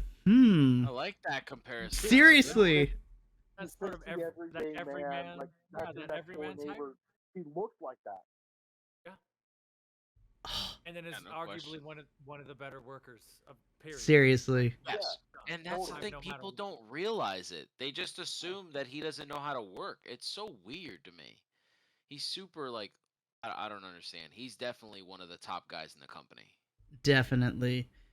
So, and then of course, because Bleacher Report always spoils it for me because they usually put like the main event on their previews for their pay-per-views, but I figured this was going to be anyways. So our main event for All Out, which I'm not complaining that Orange Cassidy is finally main eventing a pay-per-view, which the last time he did it was Double or Nothing, like that with triple threat between him, Kenny, and Pac, I think was the main event. And that was a phenomenal match. But Orange Cassidy defending his international championship against Jon Moxley. So, I pick Orange to retain, but the reports keep telling me that John's going to take it. I'm like, Jon Moxley doesn't need this title, though. He doesn't need the international championship. He does. He needs everything. We just give Jon Moxley whatever he wants. Listen, No. where did all of this Jon Moxley hate come from? This company's been around for 4 years. We just got the anniversary of Jericho winning the title this week. This company's been around for 4 years. The first 2 years, everybody was like, Jon Moxley's the best member of the Shield. Look at this. And now all of a sudden, he starts going hardcore matches, and people are like, he's a plumber. He sucks. What are you talking about? Fickle-ass fans. Jon Moxley's one of the best. Listen. Moxley's famous in the begin with in CZW and All Ring of Honor was his hardcore matches. Yeah, exactly. That's why we loved him so much. I don't understand why people hate him all of a sudden. Okay, no, I want this win because Orange Goldberg needs to stop before it like keeps going. That is very okay. So I would like to take a moment to defend myself here for a hot second. So I'm not. So So Jon Moxley winning the title doesn't upset me.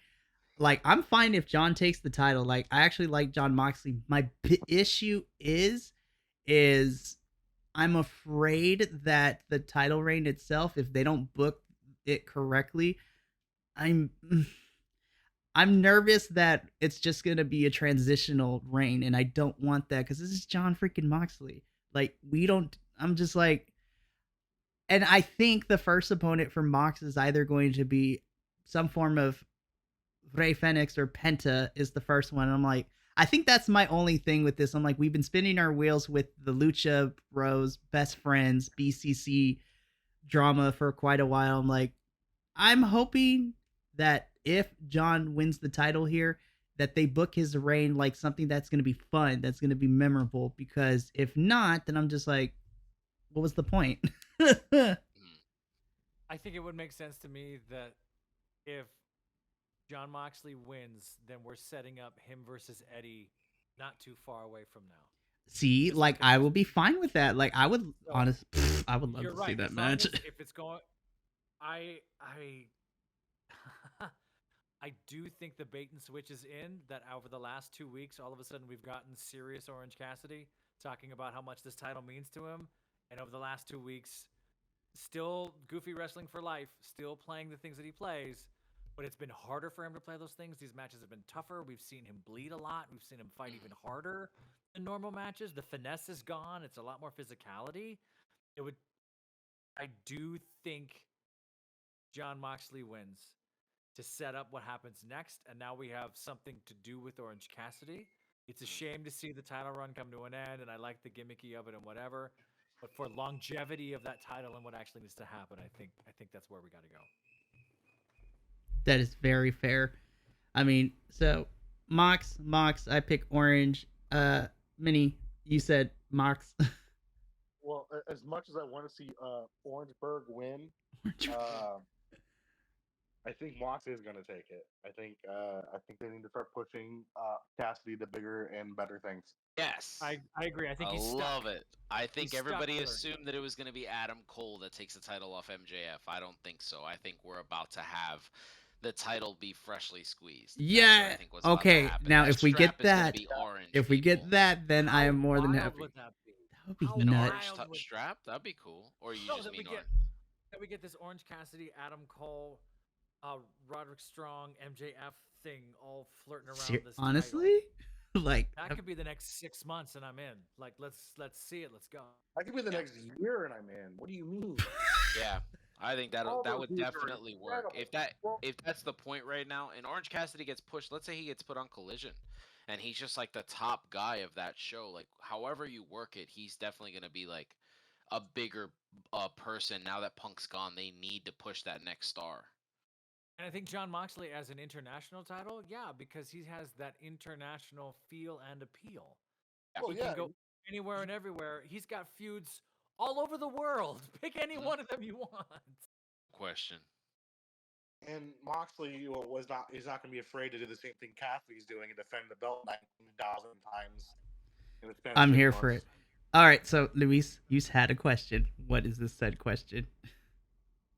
What was my question? I don't know. You said question, and I was like, oh, okay. Oh no, you talked about it. I was gonna talk about Orange Cassidy going onto the world title picture. Ah, okay. Never mind then. Yeah, so we're good. Yeah. Cool. Well, that we all know that Adam Cole is getting ready to go to another local indie promotion and wrestle, the boy Chris Danger. Can we? Okay. Can we? I'm not sure if you guys knew about that. Yes, I Wow. did. And I'm like, I'm kind of Chris here for Danger's it. been training he's been training. If you guys don't know who Chris Danger is, I think everybody here knows who Chris Danger is, right? Chris Danger on YouTube. Mhm. Wrestling for a promotion out in I think North or South Carolina, I can't remember.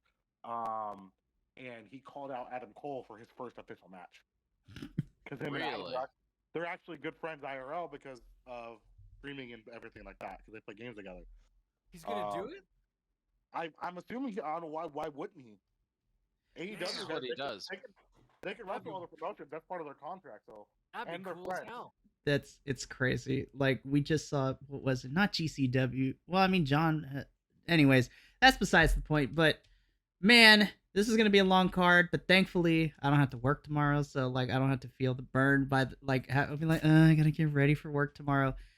But that was the predictions for All Out happening later tonight. But this is also comes to an end for us for the WWE Payback PLE review thingamajig. Gentlemen, as always, it was a pleasure to have you along. Minnie, I appreciate you popping in for the predictions for all. I said I was taking a break and I still popped in. I know. You said you were going to take a break. It was like, I need a few weeks off. Showed up the next day. It's great. But that is going to be it for this review. If you like everything else that we do here at the Biconics Wrestling YouTube channel, you can check out our other long-form reviews of other pay-per-views, as well as the weekly television shows. You can follow us at BC WrestlePod across the Twitters, X, whatever you want to call it now, Instagram, Threads. We're pretty much everywhere on social media, the TikToks. And you can also check out our other shenanigans at the Biconics Wrestling Podcast, where we talk about anything, everything wrestling. We have some fun moments. We call each other out. We tell each other that we're wrong in our opinions. But, we love each other and we love it anyways. But stay tuned, because some of us are going to be back at it again tomorrow when we review All Out. Lord have mercy. That's good. I'm excited. But until then, as always, from all of us here at the Biconics, remember, take care of yourself, love one another, and until the next review, adios, sayonara, and thanks for watching.